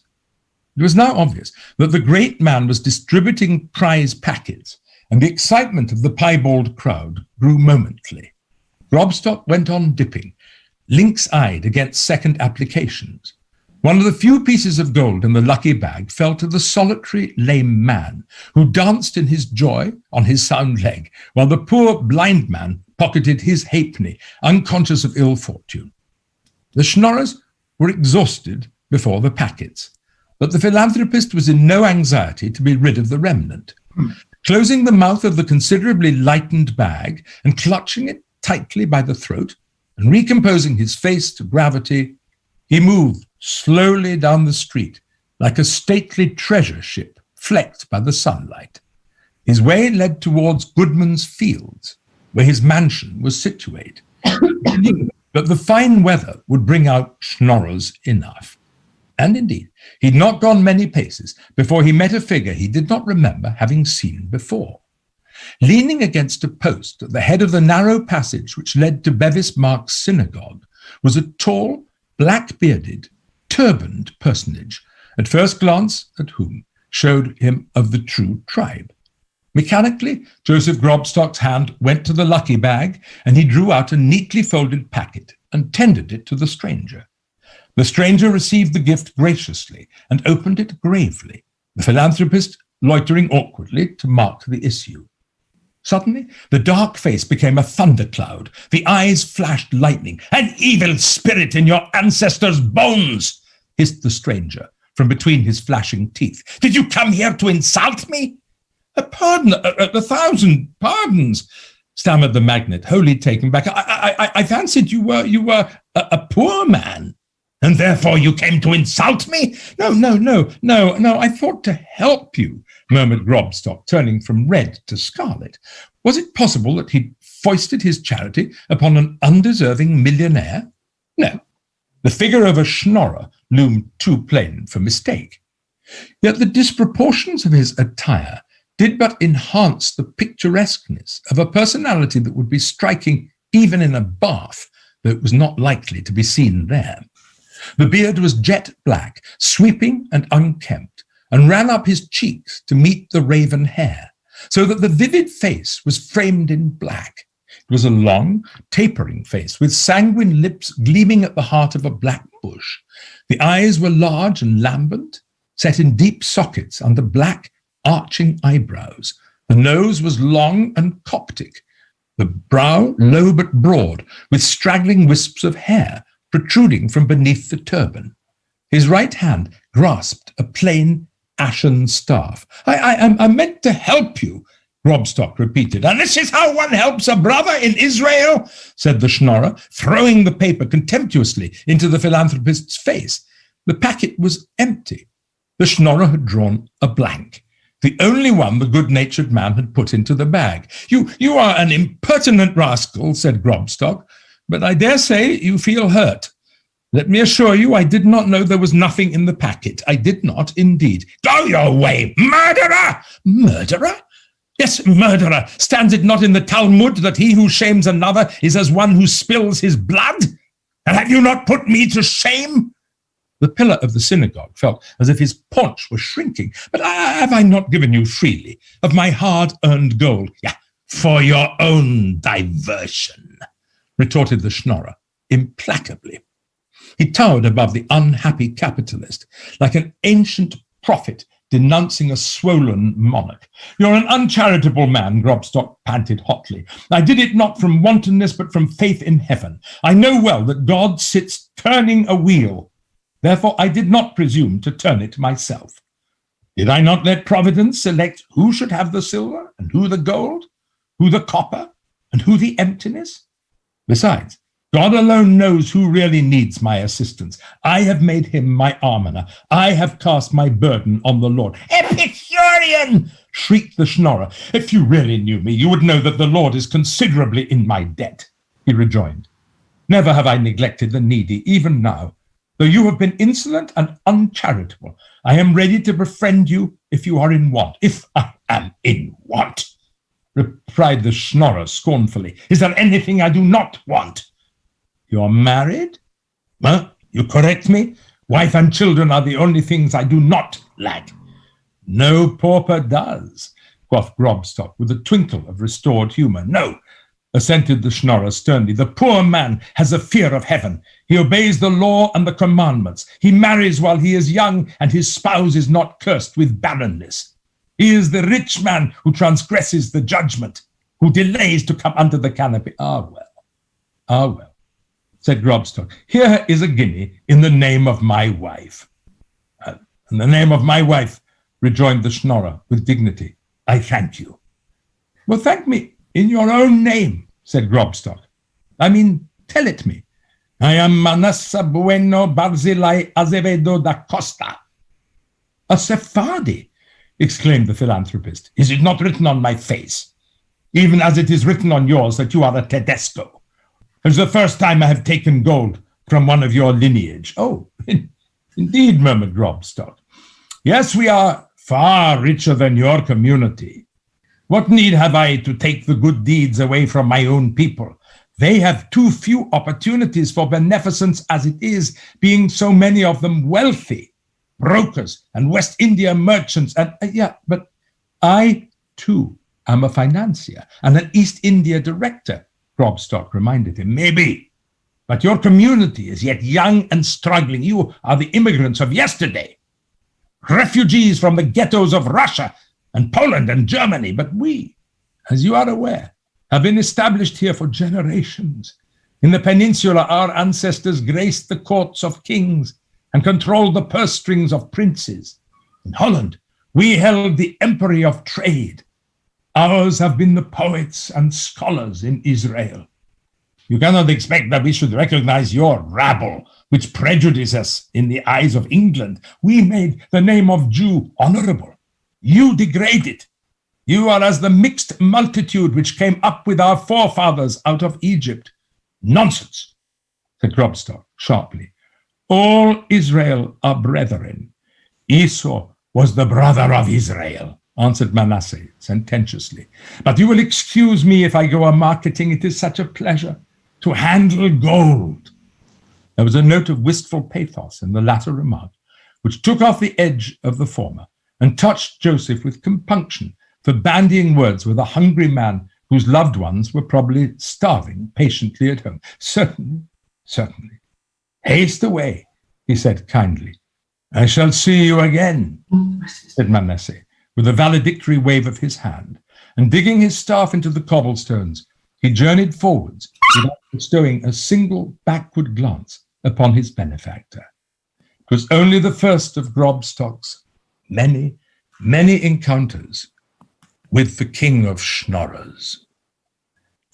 Thank you, Simon. That was gorgeous. So much so that as soon as you started talking, my dog woke up and, and clearly knew it was coming to an end and yelped in pain. See, we'll buy the audio version for you. So much. Right, go for your walk now, Scruffy. Say goodbye. Bye-bye. Bye-bye, Scruffy. Bye-bye. Bye-bye. Thank you, Simon. Amazing. Thank you. Thank you so much. Now, every little girl dreams of wanting to be a dancer. Apart from me, I wanted to be a kosher butcher. But for one little girl, that dream became a reality, and she went on to become one of the country's leading choreographers and a judge on Strictly Come Dancing. She's amazing. She's a legend as well. With a message for us tonight, it is the gorgeous, talented Arlene Phillips. Hi, I'm Arlene Phillips. Please help JW3 support all the work they're doing for others and enjoy Big Night In. Thank you, Arlene. Always grateful for your Annie choreography, particularly amazing. Now, it's been far too long since we have heard from our Lord and Master, Raymond Simonson. So let us put that right straight away. Raymondo, what news? Hello. I can't believe since I last saw you, we have had Boy George, who of course we've got coming up later singing. Yes. So people stick around for that. This was just the chat. He has recorded for us a very special version of a very special song. So do stick around for that. So we've had Boy George, we've had the gorgeous Imelda Staunton and Jim Carter, our neighbours. Stephen Fry. We've had Stephen Fry, Simon I mean, where would you go in an evening to see Boy George followed by Simon Callow reading from The King of Schnorrers? I would say only JW3. And Adam Kay reading from, Adam Kay was incredible. And we've still got loads more to come, which I know you're going to say a little bit about that soon. So what I wanted to do was to give everybody that reminder. When you see me come in, you know I'm asking you to get your phones out, everyone. I'm asking you to get your phones out. I'm asking you to give. The numbers are on the bottom. Please give big. And again, if you can give bigger, please go to the website, jw3.org.uk/pledge, because your money will help us to ensure that culture, conversation and community continues to transform lives. Whether our building is open, whether our building is closed, we have to continue the work that we do, and we need your help to do that. So thank you very much. So I'm going to give you an update. I'm just waiting for it to roll up on my screen. The latest figure, ooh, this is exciting. The latest figure we've got is £78,312. So we're looking for at least another £20,000 to release that 100,000, and then we want to keep going, okay? So that's where we are so far. And just in case you weren't quite sure why you should be giving to a gorgeous place like this with all the incredible work that we do, I want to show you now just a little film. It's only a couple of minutes long, and it stars some very special people, some incredible volunteers who have been working so hard. Whilst you might have thought that JW3's doors were closed for the whole lockdown, actually our doors were open. But the people behind those doors were Jacob, our fantastic social action and volunteer worker, and a group of incredible volunteers doing work to really help save lives. Let's have a look. I saw this beautiful resource, this physical building looking empty, not itself helping anyone. And it became very clear very quickly that if we could set up a new food bank, we could help thousands of people in this area. When lockdown happened and JW3 had to close its doors to the public, we weren't immediately sure of what we could do that would be helpful. And what we discovered was that actually there was a huge need for people in the surrounding area and a little further afield, people that were isolating, that couldn't go out to get their own food or were unable to cook for themselves. And so JW3 looked to see how we can step up to really fulfill the need to help anyone that finds himself in food poverty. In under 24 hours, we managed to take about 4.5 tons of food from Arsenal Football Club and repackage it and get it out to the people that really need it. This is a package from JW3. Thanks. Big thank you very much. So thank you to JW3 for your food. It'll be well appreciated in the community. We started off small and we were just cooking meals in our demo kitchen here with a team of volunteers for around 30 people. Now we're sending out over 1,000 meals in terms of both cooking and the food packages every single week. I'm happy to do it, and I've had a couple of friends come in with me to do it as well, other young boys like me. So I think, yeah, it's a great thing to do, and I'm glad that we can do something to give back. It's all for a good cause. A really good cause, and it's quite fun to see what you can come up with in a few hours. Fix yourself, fix the relationships you have around you, and then do the best to fix the world. So this is pretty much all three in one. Having social action be a core part of what JW3 is and believes in has really helped us to step up into this brilliant role where we've become a beacon of light to the surrounding area and the Jewish community as a whole. To see that this building hasn't just stood empty whilst this is going on, and I understand why so many cultural organisations have had to close their doors, but we couldn't do that. And I'm incredibly proud of the fact that over 25,000 meals have gone out from this centre by our volunteers to people in need around, all around Camden. And that is something that we will always know that without JW3 couldn't have happened.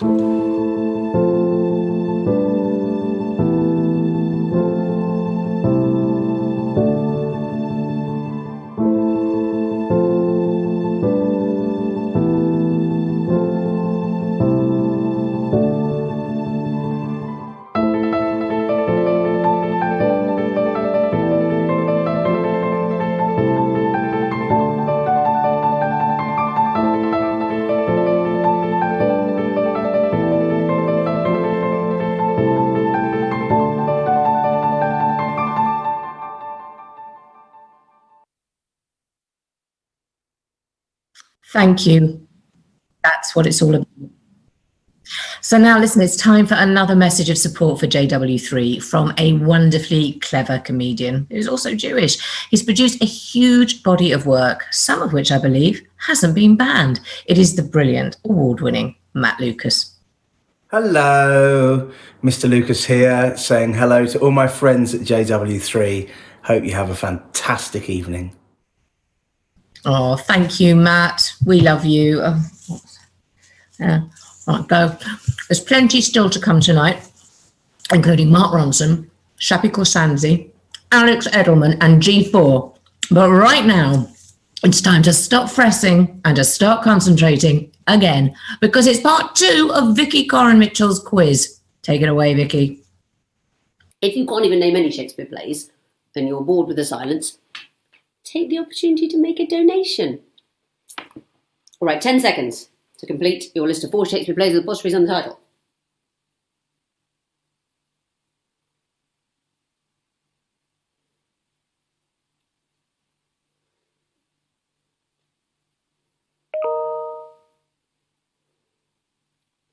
Do you hear that noise? Does that get recorded?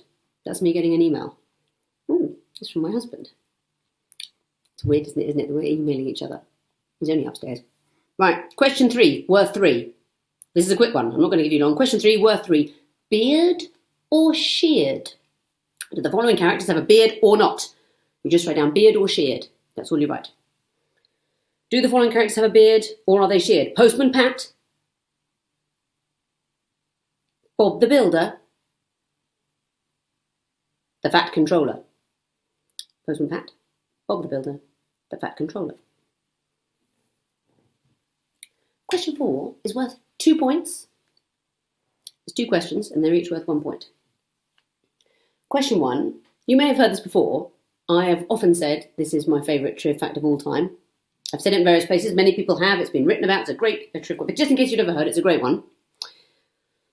What is the only London Underground station whose name contains none of the letters in the word mackerel? All of the London Underground stations share at least one of the letters in the word mackerel in their names, except one. What is it? What is it? Off you go.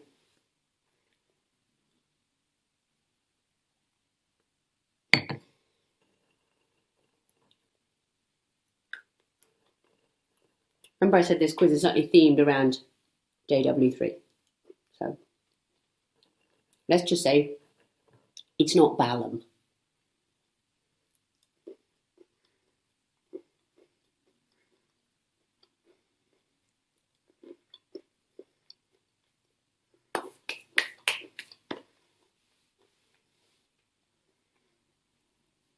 What is the only London Underground station whose name contains none of the letters in the word mackerel?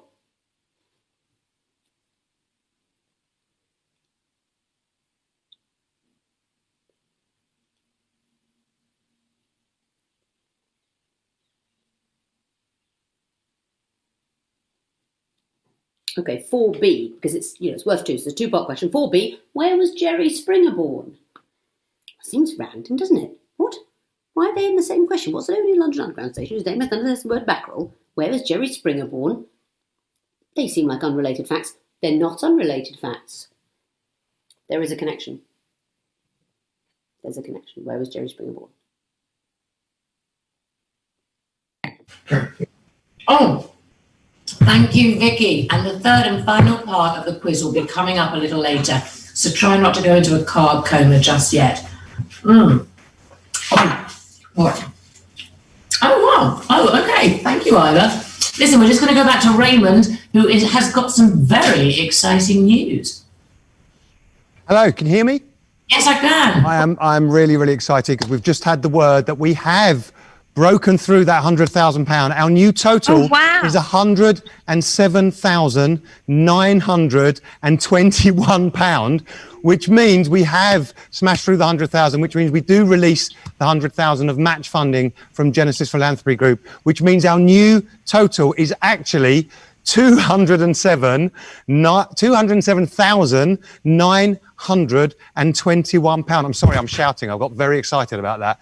£207,921. And the brilliant thing is, we've still got a whole load of amazing content for our big night in, Tracy Ann, which means there is no excuse. We don't stop here, okay? You don't get to go to bed.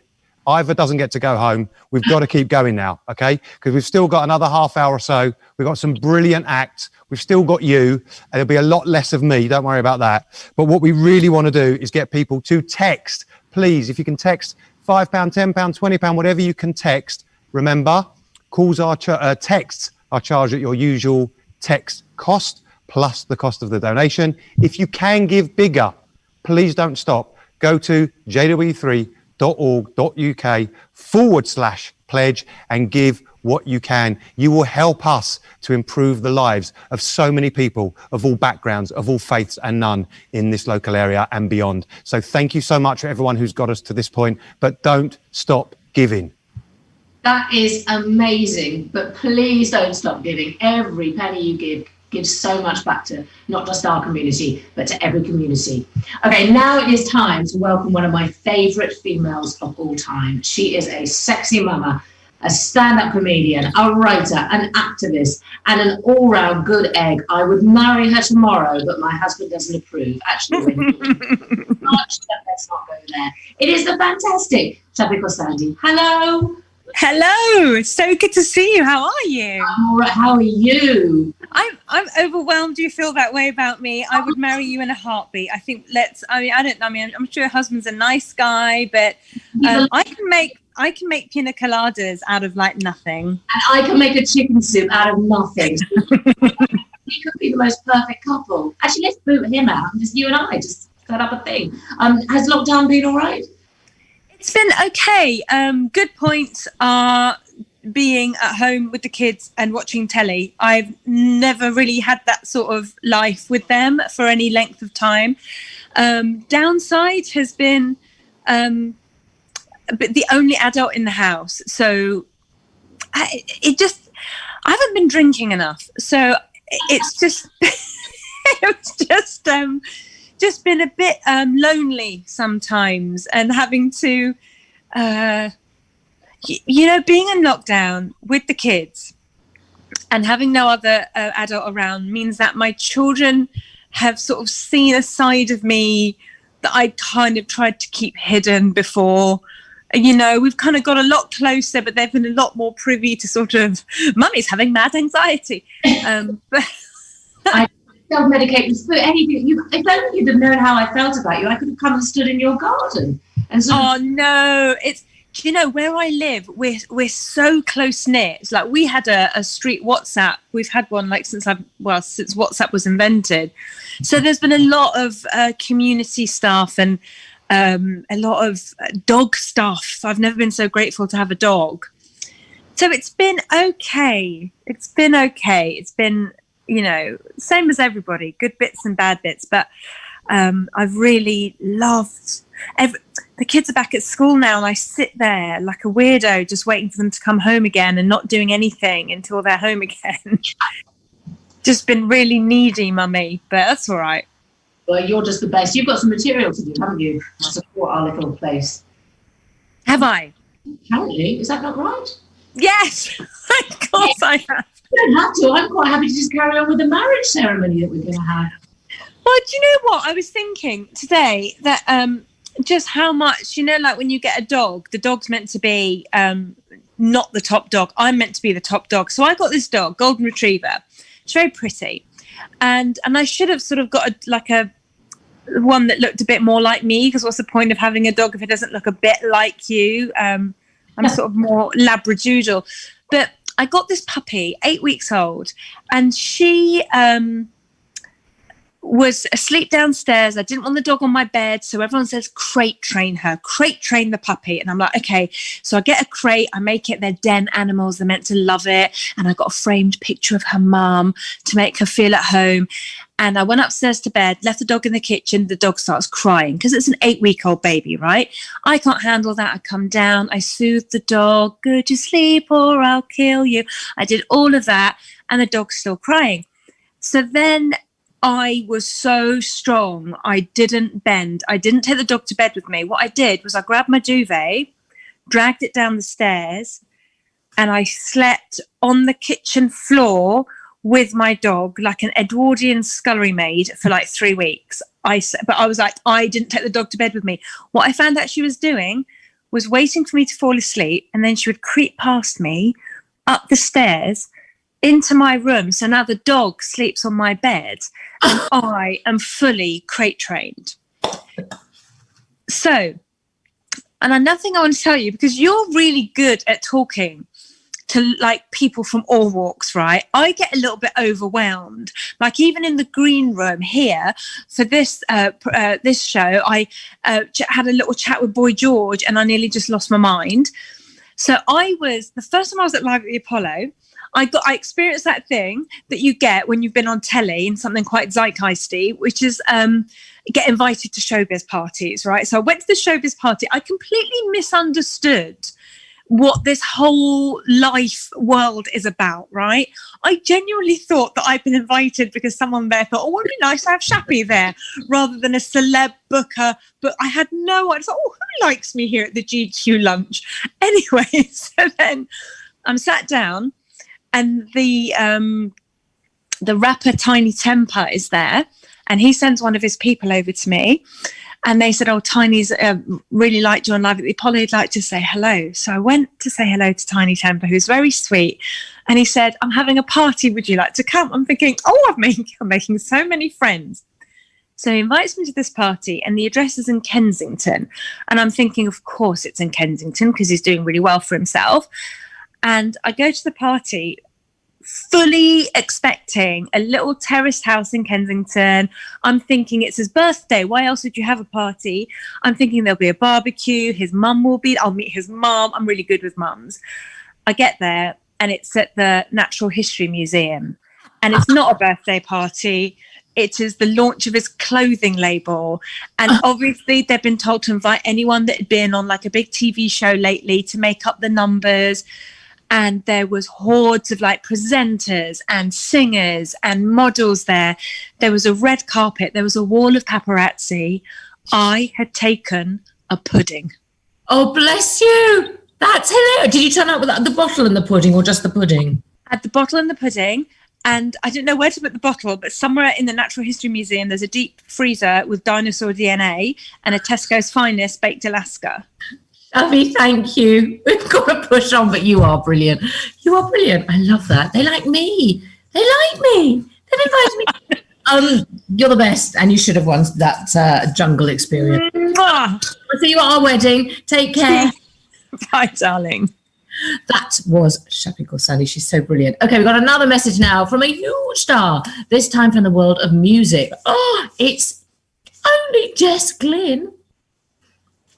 Hey, it's Jess Glynn here. I'm just reaching out to say, well done to JW3 for doing such an amazing job. Even though things have been closed, you've still managed to do some incredible things. It's still super sad that there's no live. People coming together is one of the most blissful things. I know that when I stand on stage and I perform, it's one of my favourite moments in life. And I also know going to gigs, shows and live performances for me is also such a thrilling, amazing thing. And I miss it so much, and I honestly can't wait to get back to it. But for now, please support JW3. You can donate down here, just text or call to this number, and yeah, do a good job. Send in all the love. Wow, Jess Glynn, she is just gorgeous. I love her music. Thank you so much. And if Jess doesn't make you want to give money, nobody will. Please keep donating. We are doing so well, but we can do a little bit better. America has produced a glut of Jewish comedians. We've had Mel Brooks, Woody Allen, Jackie Mason, Billy Crystal, Larry David, and there are some who still have their own teeth, such as my next guest. At 31, he's practically an embryo, but he's a very funny embryo. It's Alex Edelman. Hi. Where are you, Alex? I'm in Silver Lake. I'm in Los Angeles. But, I will say that, frankly, I'm a bit insulted to constantly be pigeonholed as a Jewish comedian, and I just think that it's not appropriate to always be referring to me as a Jewish comedian, even though that is sort of something that I brand myself. I'm I literally put on tefillin every day. Whenever anyone refers to me as like a Jewish comic, I bristle. What I love is that your room, is that your bedroom? Because it looks like the Jewish Study Center, like a study group center. It really is like, this is my kitchen, and I'd show you, but my girlfriend is sitting here and she's like, do not put me on camera, but this is my kitchen. Yes, this is my kitchen. This is a little, sweetie, lean out of the way. Sweetie, lean out the way. Is that what are those, all cookbooks? No, these are my kitchen, but these are all different like novels and stuff like that. Take your kippah off and get the pork out. No, and so Silver Lake. We love Silver Lake. Los Angeles, yeah. Los Angeles. Oh, we love it. It's like the Shoreditch of Los Angeles. It is.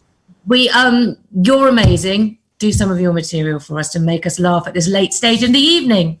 Sure, do some of my material. Okay, well, how about this? I'll just tell you guys about the type of quarantine that I've had. I was staying with my parents in Boston, and my dad is a very smart man. He teaches at Harvard Medical School and MIT. And in 2010, he designed artificial hearts. And in 2010, because of that, he almost won the Nobel Prize for medicine. And if you talk to my mom, you think she's married to the dumbest piece of trash who has ever lived. Like, I was home, third week of quarantine, and my dad says, Alex, do you want to see an artificial heart? And I'm like, yeah, please. And he pulls out an artificial heart, and I'm examining it, and it's got levers and like it's chrome and glass, and it's gorgeous. And my mom, I said, Dad, this is so impressive. And my mom is at the end of the table reading a tabloid, and without looking up from her magazine, she just went, took him long enough. He's been working on that heart for like 30 years. And I'm like, Mom, it's an artificial heart. You want to cut him like a little bit of slack? And without looking up, she just like, I grew your heart inside me in 9 freaking months. And I was like, well, you know, that's why he's designing the hearts, because he's just looking for a hug from his wife at some point. But yeah, I mean, like, mostly it's been hard to write material, honestly, because, you know, I sat down to write a joke a couple of weeks ago, and I wrote a poem, which is the opposite of a joke. And I have here, I've got one joke that I wrote a couple of days ago, and I thought it was, here's a good example of the type of stuff I've been writing in quarantine. One of my favorite things about American sports teams, I'm sure this will go down great, is when the sports teams are named after the thing from the area that kills people in that area. There's the Miami Heat, the Colorado Avalanche, and that's it. It's a bad joke. That's all. I like it. I really, really like it. There aren't enough good examples. I sat there researching. You need 3. You can't just stop there. It feels wrong. The only way I could get to a third is if various teams moved from one area to the other. Like if the Brooklyn Cyclones baseball team moved to Kansas, or if the Minnesota Vikings moved to England in the 1300s, I'd have a great shot. Is there something storm or tornado or flood? I mean, yeah, but they're not in the areas where the actual tornadoes are. It's hard for me to write. But I missed.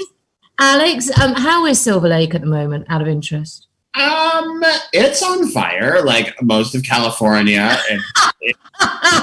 It's burning. So we had 120 degrees the other day. We got up to 120. It's gonna be the high holy days here soon, which is, I mean, it's gonna be the high holy days where you are also. And I'm happy that it's gonna be on Zoom, honestly, because I can't imagine walking a synagogue. It's like post-apocalyptic out there. I can't believe it. Listen, go and check on you know where the Max Sennett studios are? Yes, I do. Oh my God. That's my husband's DJ school. Just go in and check. It hasn't burnt down to the ground. That's my husband's DJ school, is something that I would expect to hear from a 30-year-old at a coffee shop in Silver Lake. I'm not a 30-year-old in a coffee shop. I haven't got the beer. Oh my God. I love the coffee shops in Silver Lake. It's so great. It's nice to. But I was in England when this all went down, and I was so bummed to have to stop touring. And it's very. I don't know when I'm allowed back. And if you guys have any sense, you won't let any Americans back. No, I was going to say probably not till after your election. Oh, I'm not hopeful about what's happening. To be honest, we're all going down. There's only one way in this whole world at the moment. Alex, I have to let you go, although I could carry on. So good to see you. Keep raising money for Jewish Art Center. It's very nice. See you on our next trip to Silver Lake. Please. Bye. Oh, wow. Alex Edelman, love that. 120 degrees in LA. Just give us money tonight for not having to sit in 120 degrees in LA. Isn't that right, Raymond? I can see. Yeah, I'm quite happy here. I'm schwitzing in the Howard Hall, to be honest. I'm really cool in my kitchen. It's time to introduce now someone from the Arsenal Football Club, which I know will delight many of you, others less so. Leave it either. So they've been doing a lot of great work during the pandemic. Let's find out some more from Arsenal Fan TV's Robbie Lyle. Hello, Robbie. Hi, how you doing? All right, how are you? Yeah, not too bad, not too bad. It's my birthday today, actually. So, yeah. So I was out with my kids earlier. How does it feel to get to 30? Sorry? How does it feel to get to 30? Oh, thank you very much. I like you already. You're looking. Happy birthday. It's very nice of you to give up your birthday for us at JW3. No problem. It's a great cause. So, you know, I'm only happy to get behind it. It's fantastic. What's Arsenal Football Club TV been? How did it start? I started it in 2012, and it was basically what we do is we try to give fans, ordinary fans of Arsenal, a chance to sort of have their say on the football club. So I started it in 2012, and we just started by basically going to games and speaking to fans outside games, home, away, abroad, anywhere Arsenal were, and getting fans' opinions. And it's just really grown and grown since then. We've got like over 1.2 million subscribers now on YouTube, and it's massive on all the other platforms as well.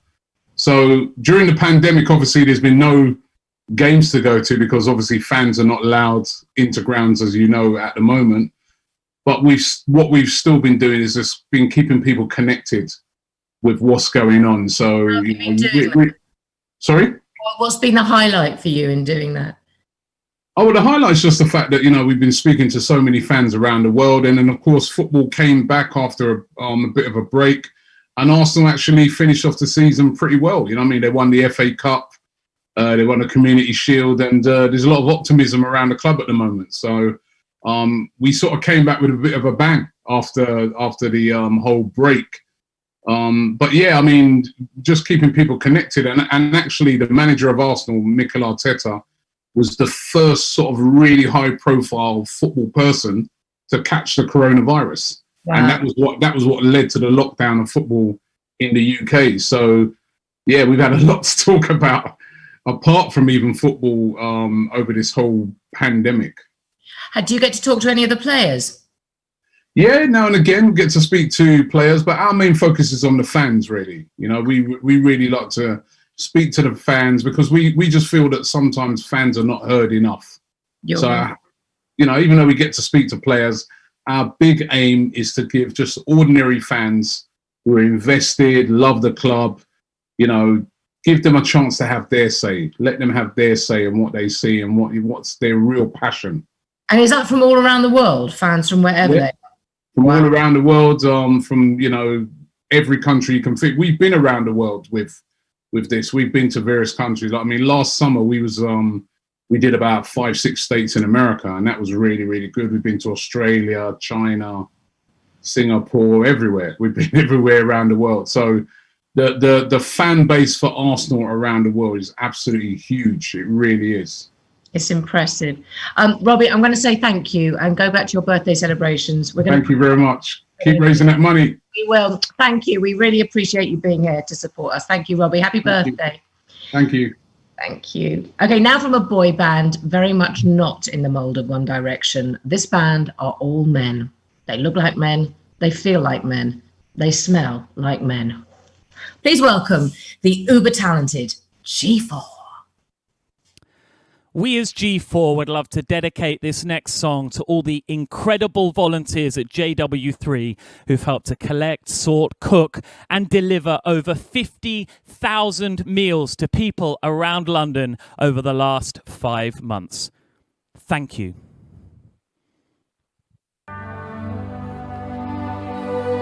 Nessun dorma.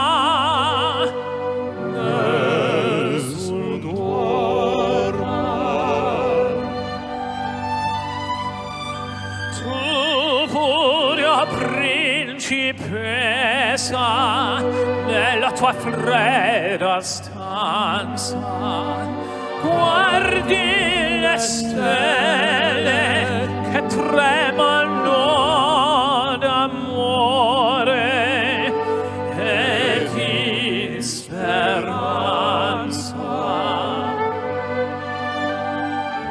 ma il mio mistero è chiuso in me.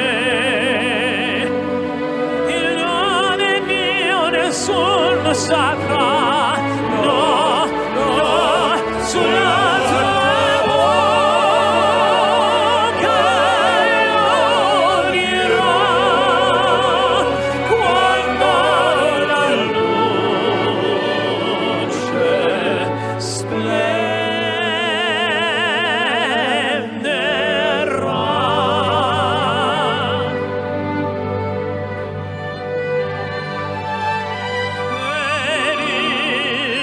bacio scioglierà il silenzio che ti fa mia.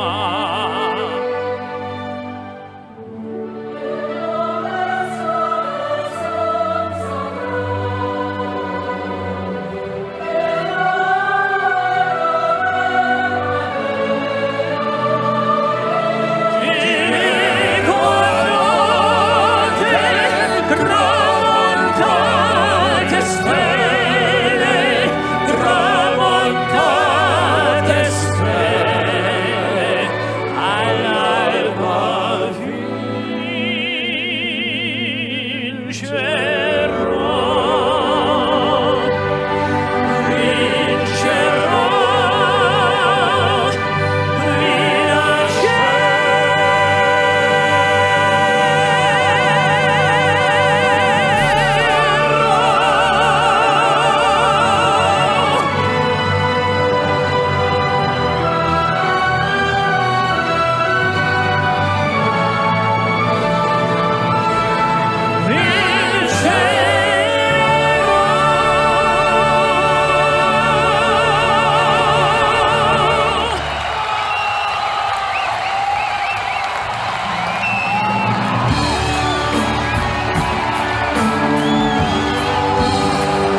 Thank you guys so much.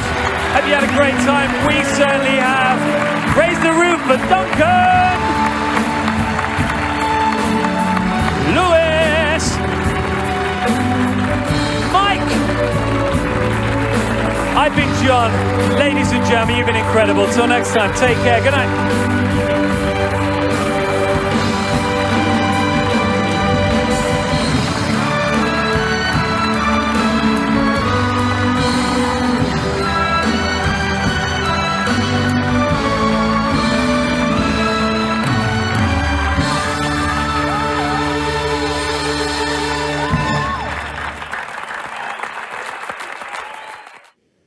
Oh, wow. Thank you, G4. That was incredible. And thank you for all your support. I don't want a banana. Another quick update from Raymond. Raymond, yo, I hear you got news. You look excited. What is it? Anyone who knows me knows I'm rarely lost for words, and I wasn't supposed to come on now, but we have actually passed £250,000.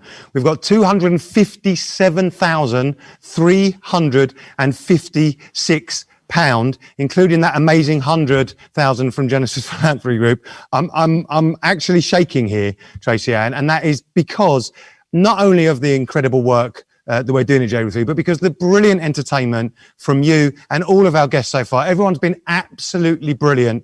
Shappy and Alex and Jess, I should say that only 2 of those 3 have performed on this stage. So Jess Glynn, just saying, it's an open invitation, but £257,356 we are on so far. But we can't stop there, okay? Because we've still got Mark Ronson coming up and a special performance by Boy George and a couple of other surprises. So please stay watching with us. We're in the last sort of 15, 20 minutes of this now, and we really want you to give big. All the details are on the bottom, and I'm going to go now and hand back to you, Tracy Ann. Oh my goodness, that is incredible. Absolutely humbling. I feel like this is Live Aid without the sweary host, although I could if you pay more money. Incredible. Just give us your money. Give us your money. It's really moving. JW3 touches a lot of people. Right, we've had parts 1 and 2 of Vicky Coren Mitchell's quiz. So I think maths isn't my strong point, but I think I'm right in saying it is now part 3. That's why I'm an actress and not an accountant. Vicky, it's over to you. Question 5. Last question. Question 5 worth 1 point. In 1997, Sex and the City star Sarah Jessica Parker made several appearances alongside Kippy Ben Kippod, the giant hedgehog. in which TV show? What is the name of the TV show in which Sex and the City star Sarah Jessica Parker appeared alongside Kippy Benkipod in 1997? That's it.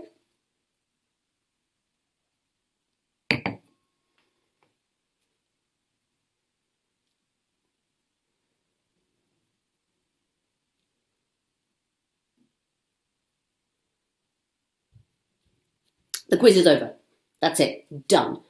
Finished. Stop shouting at each other for getting things wrong. Start shouting at each other for, it turned out you were right and, they made whatever. Right, here come the answers. Are you ready? Question 1. After Israel and the USA, name any 5 of the top 10 countries with the largest Jewish populations. They must be fully independent UN member states. So you can give yourself 1 point for each of these you get right, up to a maximum of 5. Let me just say, how many points are available together? 5, 6, 7, 8, 9, 10, 11, 12, 13, 14, 15. 15 points. Over the whole quiz, 15 points are available. So the most you could score is 15. Give yourself 1 point for each of these. So, Israel, 6 million Jews. USA, 5.7 million. You know what's next? France, with 450,000. But so basically there's no Jews anywhere is the thing, because it goes from 5.7 million to 450,000. Insane. So, you can give yourself a point for any of France, Canada, the UK, Argentina, Russia, Germany, Australia, and in 10th place, Brazil, 93,000. Quite a lot of Jews in Brazil. Also a lot of Nazis. That's the sitcom that never got made. France, Canada, UK, Argentina, Russia, Germany, Australia, Brazil. You can give yourself 1 point for any of those you got right, up to a maximum of 5. Not Belgium. Question 2 is worth 4 points. Name the 4 Shakespeare plays with apostrophes in the title. I bet you got 3 of them. Did you get 3 of them? Here we go. Love's Labour's Lost, All's Well That Ends Well, A Midsummer Night's Dream, and The Winter's Tale. The Winter's Tale, that was the 4th one.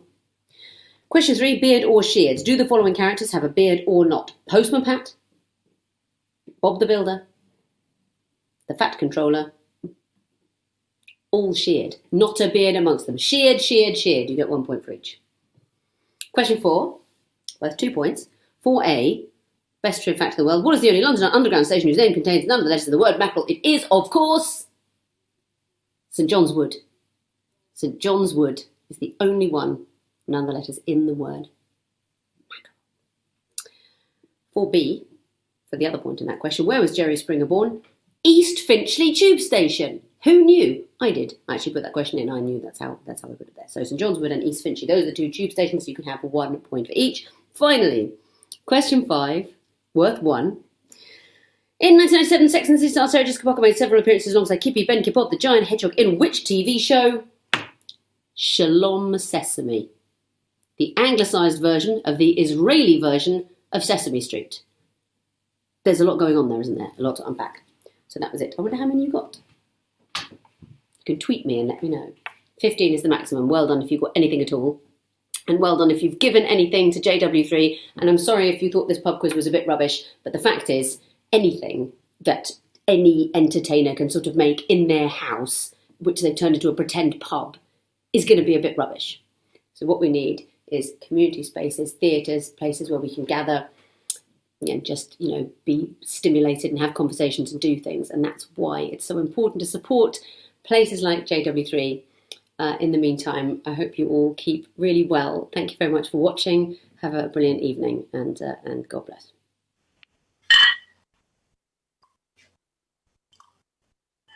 Oh, God. Thank you, Vicky. So we have had music from G4 and a quiz from Vicky Corrin. Could it get any more classy and highbrow? Well, yes, it can. Get your credit cards out, because now it is time to introduce Lord Grade, former chairman of the BBC and ITV, discussing why live arts and audiences are so important, with the legendary composer of Les Miserables, Miss Saigon, Claude Michel Schomburg. We are honoured. So from an ancient time, theatre and tragedy has been always part of the necessity for the people to, and it's great because when people on stage, They are supposed to tell a little portion of your own life. Otherwise, it's not very interesting. I think there's sorry. Yeah, please, Michael. I think there's an important, I absolutely agree with everything Claude Michel said. I think there's an important dimension that comes from sharing an experience with strangers. You listen to music at home, which I have music in every room. I can't go without music. But something happens more than when you listen alone, when you're in a shared experience, when you're in a concert hall, in a theatre, particularly in a theatre, an opera house.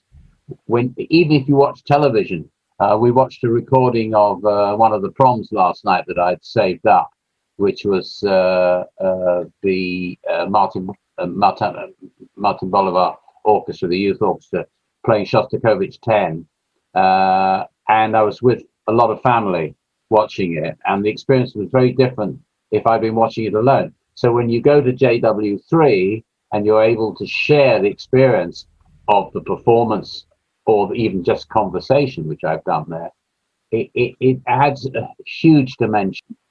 That's why our job, it's totally incompatible with social distancing. Because the principle of the play and theater and musical, it's the communion between everybody, the audience, and what's happening on stage, and the music.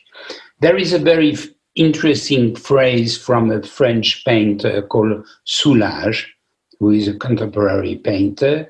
He said, a work of art is the one who created it, the work by itself, and the one looking at the work of art.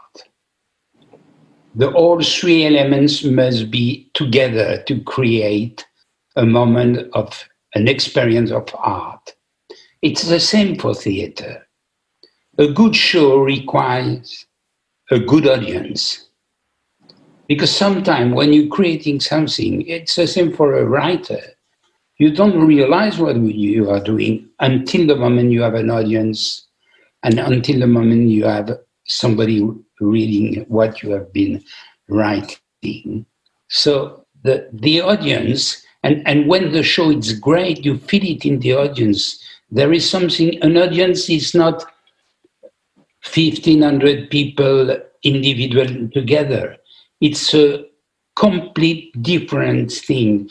When you have a very exciting show, you feel it in the air, you feel it in the audience, the way they speak, the atmosphere, the electricity, everything is completely different.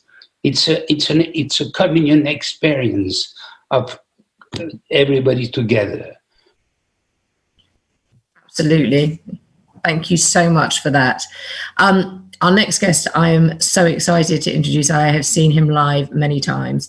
His music is the backdrop to many of our lives over the last decade. He is young, he is cool, he is talented, he's good looking, he's respected internationally, he's multi-award winning. He has achieved so much in a really short space of time. It is, of course, the brilliant Mark Ronson. Hello, Mark.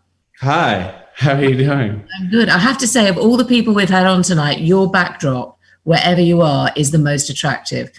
I you know what? I raced to check into an Airbnb and I just found the room that would be the most appropriate. But I'm glad that now I actually feel like I'm at kind of a black tie event now, looking at you in your great outfit. So I'm glad I kind of dressed up a bit. No, you look, honestly, the schlochs that we have seen tonight, and most of them look like they've been in a hostage crisis. The room. Your natural aesthetic has put you in a sort of, sort of Botticelli Flaming June backdrop. How really, really great to see you. Where is your Airbnb? It's in upstate New York. Yeah. You don't have an apartment? I do, but I just thought it would be nice, let my dogs run around a bit. So we just moved back from California. So. Oh, from the burning heat. We've just had somebody on from Silver Lake who said it's 120 degrees out there. I heard it's hot. We are so honoured that you are here tonight. I mean, you are the man, literally the man. Have you appeared at JW3? I have, yeah. I did a speaking and sort of engagement, or like a chat with a good friend of mine, George Lamb, and we just talked about music and career and family and Jewish values, everything. And that was my first time at this space, and I was obviously so impressed by it. It's just such a beautiful, the air and light in it, and you feel so intimate with all the people there. I mean, obviously there were like 17 of my family members like in the front row, so that was made me feel at home anyway. But I really loved the space and hung out afterwards, and it's great. I saw you when you played at the Roundhouse amongst the number of times I've seen you play. Do you remember?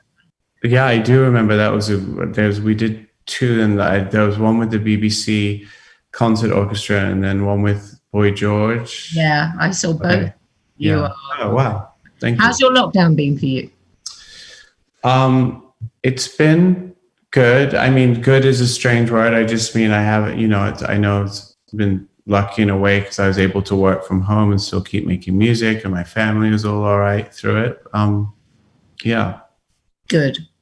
You've been able to sort of create without feeling too frustrated. Yeah, I mean, we all get a little pent up at times, but especially because I was in London during the lockdown. So, but I was lucky enough. I could keep working and creating, and I feel fortunate because of that. I've got so many questions for you, but I know time is of the essence. But one of the questions that kept coming up again from other people, and I'd like to know this, is you've collaborated and worked with so many amazing people, but one of our local girls, also a much missed Jewish girl, Amy Winehouse, who is so loved. What appealed to you about her as a songwriter and an artist? What was it? It's actually her birthday Monday, so I've been thinking about her a bit because it's the same as my dad. They both September the 14th. So as soon as I remember it's my dad's coming up, then I start thinking about Amy a lot.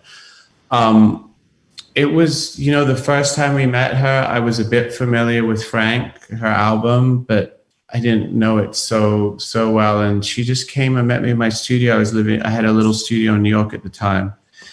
And we met at the lift. And I was like, "Hi, you're Amy?" And she's like, "Yeah." And I was like, "I'm Mark." She's like, "That's nice." She's like, "I'm going up to see Mark Ronson." And I was like, No, I'm Mark Ronson. She was like, "I thought you were like an old Jewish guy with a beard." I think because she was a bit younger than me, had been hearing my name for longer. She assumed I was maybe and that was hilarious, obviously. So then we went up to the studio, had a vibe, talked about music, and then she played me a few songs on her nylon string guitar, and I was like, I knew a bit of her music obviously from the first record, but I couldn't believe there was someone in front of me that was writing songs who was 24 years old. It was such incredible lyrics, this voice, it just felt so classic. I'm weirdly getting chills thinking about those first times when she would just sing for me in a studio. And then we just instantly got on, and there was an instant familiarity with some of the shared cultural things, like her being a Jewish girl from North London, because even though I grew up in New York from the age of 8, most of my family's from North London. And so there was just I just felt like I'd known her my whole life. It was like when you meet someone and you're like, oh, I could have known this person since I was 3. This is my new best friend. Yeah, really, you can feel that connection. You're amazing with women, though, I have to say. You just, I think the music industry sometimes is not so positive towards women, but the way you collaborate with female artists is incredible. So in the work, kol hakavod to you for that. Another question that people have been really upset with, people have wanted to know what it was like to win an Academy Award, and to be there.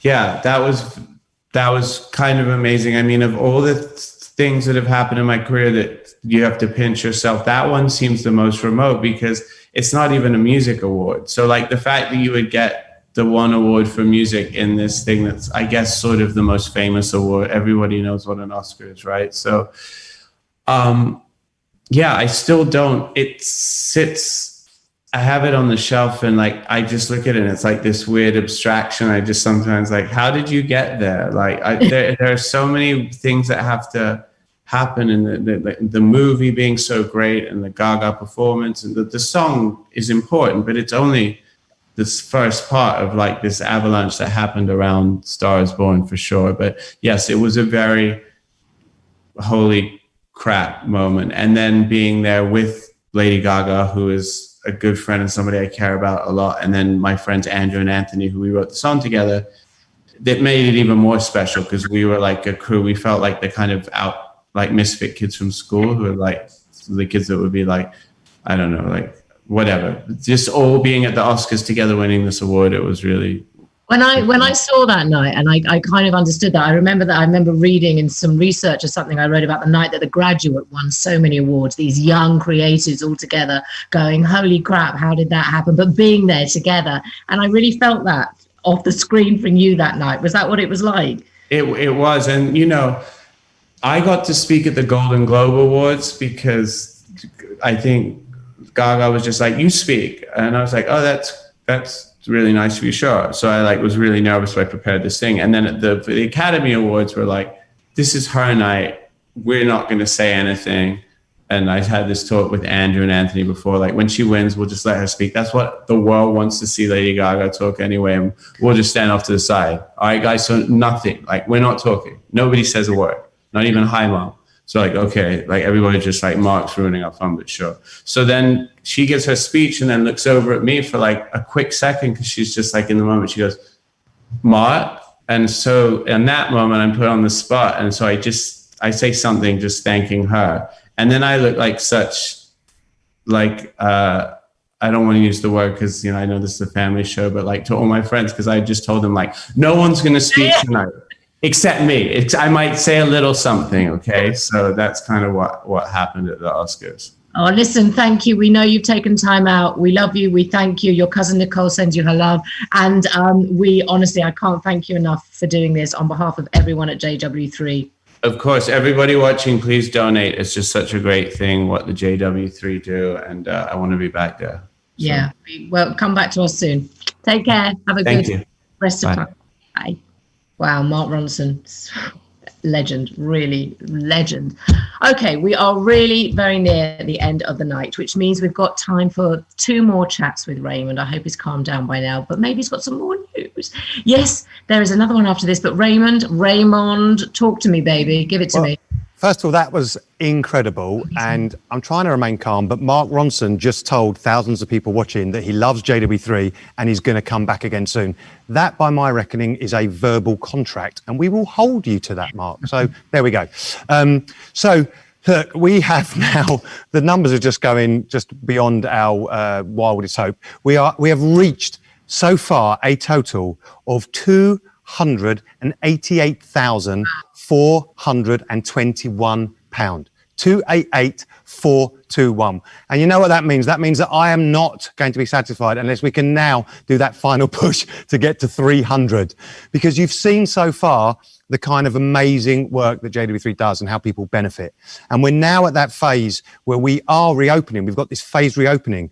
There are hand sanitizers, you know, every few steps. We've got different entrances and exits. Everything is socially distanced. It means the numbers of people we can have in any space is significantly reduced because your safety is as our number one concern. So it just means we have to do things differently. But what's brilliant is we can bring people together again. And this is about returning to some sense of normality after all of these months, seeing other faces, right? Even though it's safe and socially distanced, but we're open. You can now book a film on our website. You can join an online event or come in for an event with your children.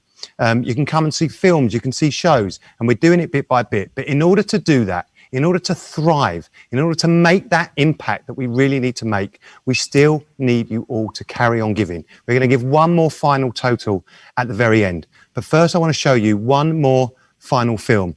And that kind of captures the essence of these first few weeks back since we started opening. So this is really, really fresh footage and what our hopes are for the future. So I hope this moves you to give one more time. Thank you.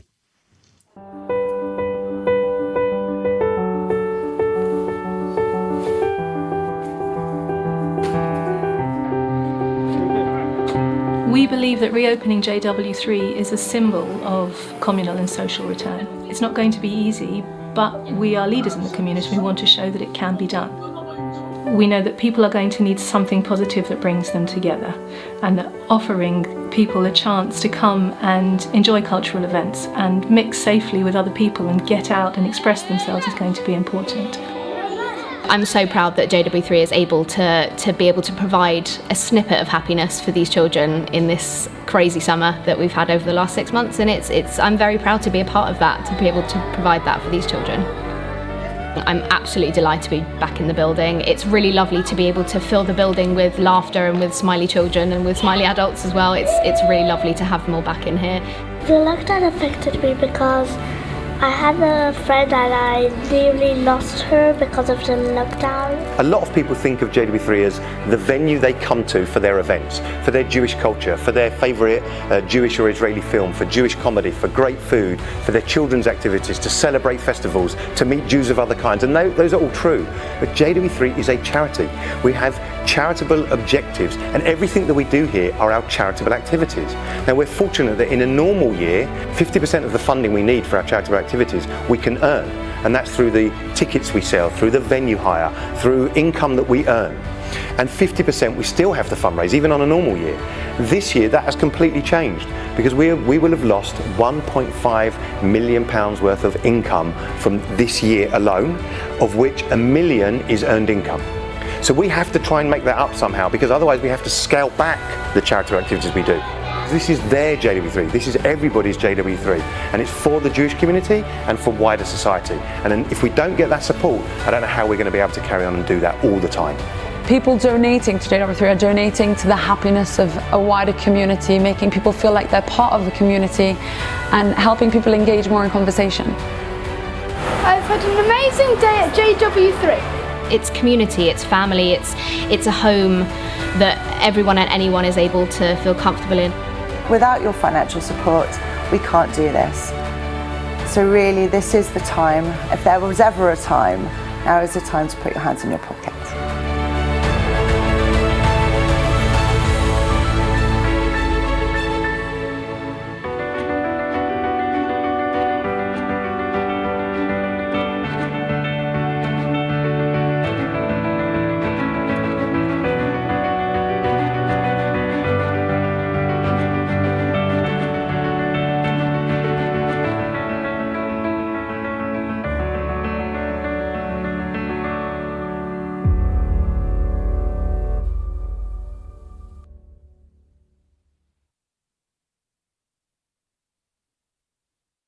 One of the reasons I'm doing this tonight is because I really do love JW3. I think it has given so much to our community and to outside as well. So give whatever you can to support this brilliant building. Without it, I think London would be a much sadder place. So we really are on the very cusp of the ending now. Cusp. And if you're not already, you can go and have a schluff very, very soon. But first, there's some music, especially for us, from, I can't believe I'm saying this, the fabulous, the brilliant Boy George.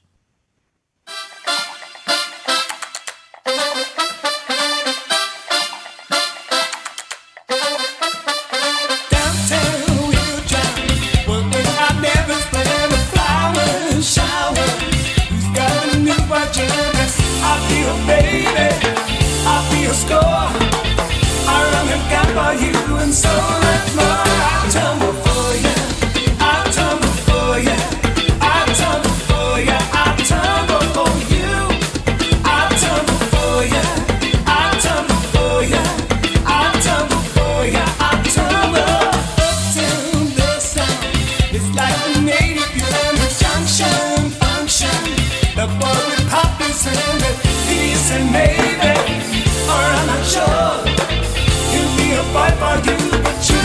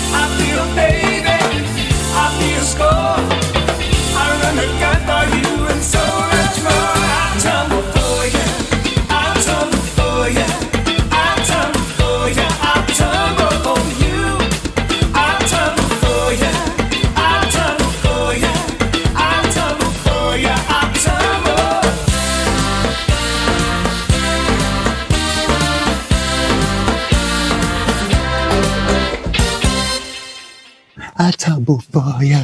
Oh. I tumble for you. I tumble. Oh, sorry. Back. All right, enough. No, you can't join Culture Club. Or collaborate with George.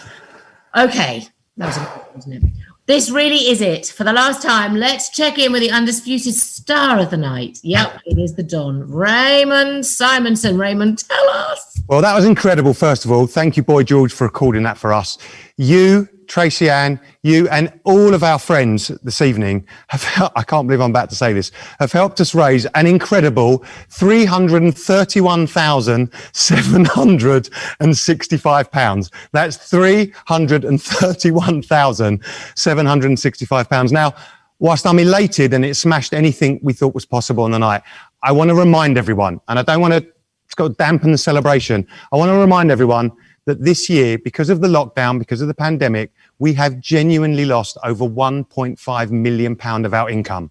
And whilst we've done everything we can to reduce our costs, the community and London and wider society needs a thriving JW3. You don't want us to just hang on and survive. You want us to build back and build bigger and reach more and more people. So that means we need people to carry on giving. And the good news is that this entire show, unedited, I think, is going to be left online.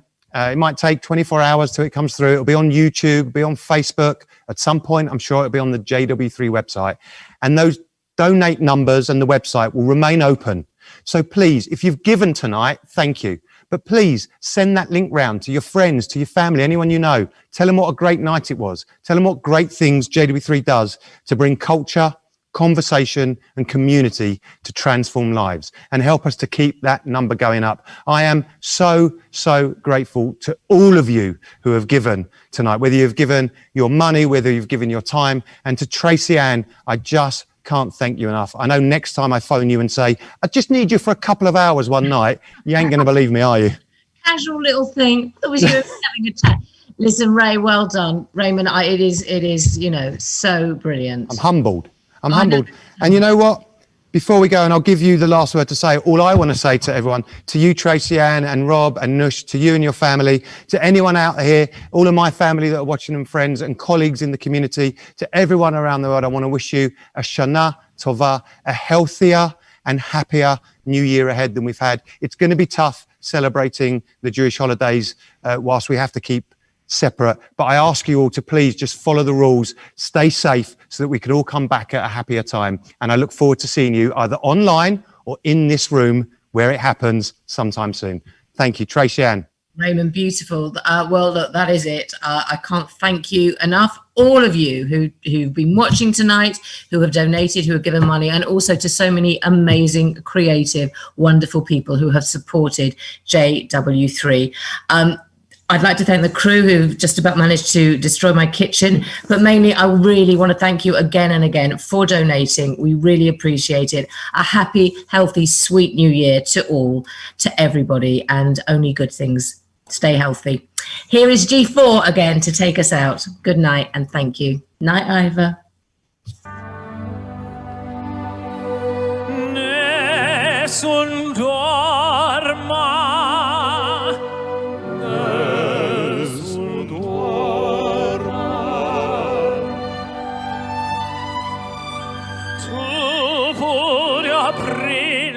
Principessa nella tua fredda stanza, guardi le stelle che tremano d'amore e di speranza, ma il mio mistero è chiuso in me. Nessuno saprà, no, sulla tua bocca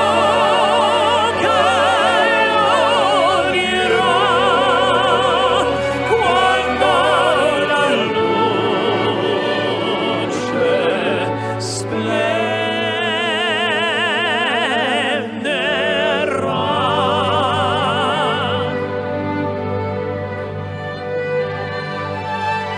Vedi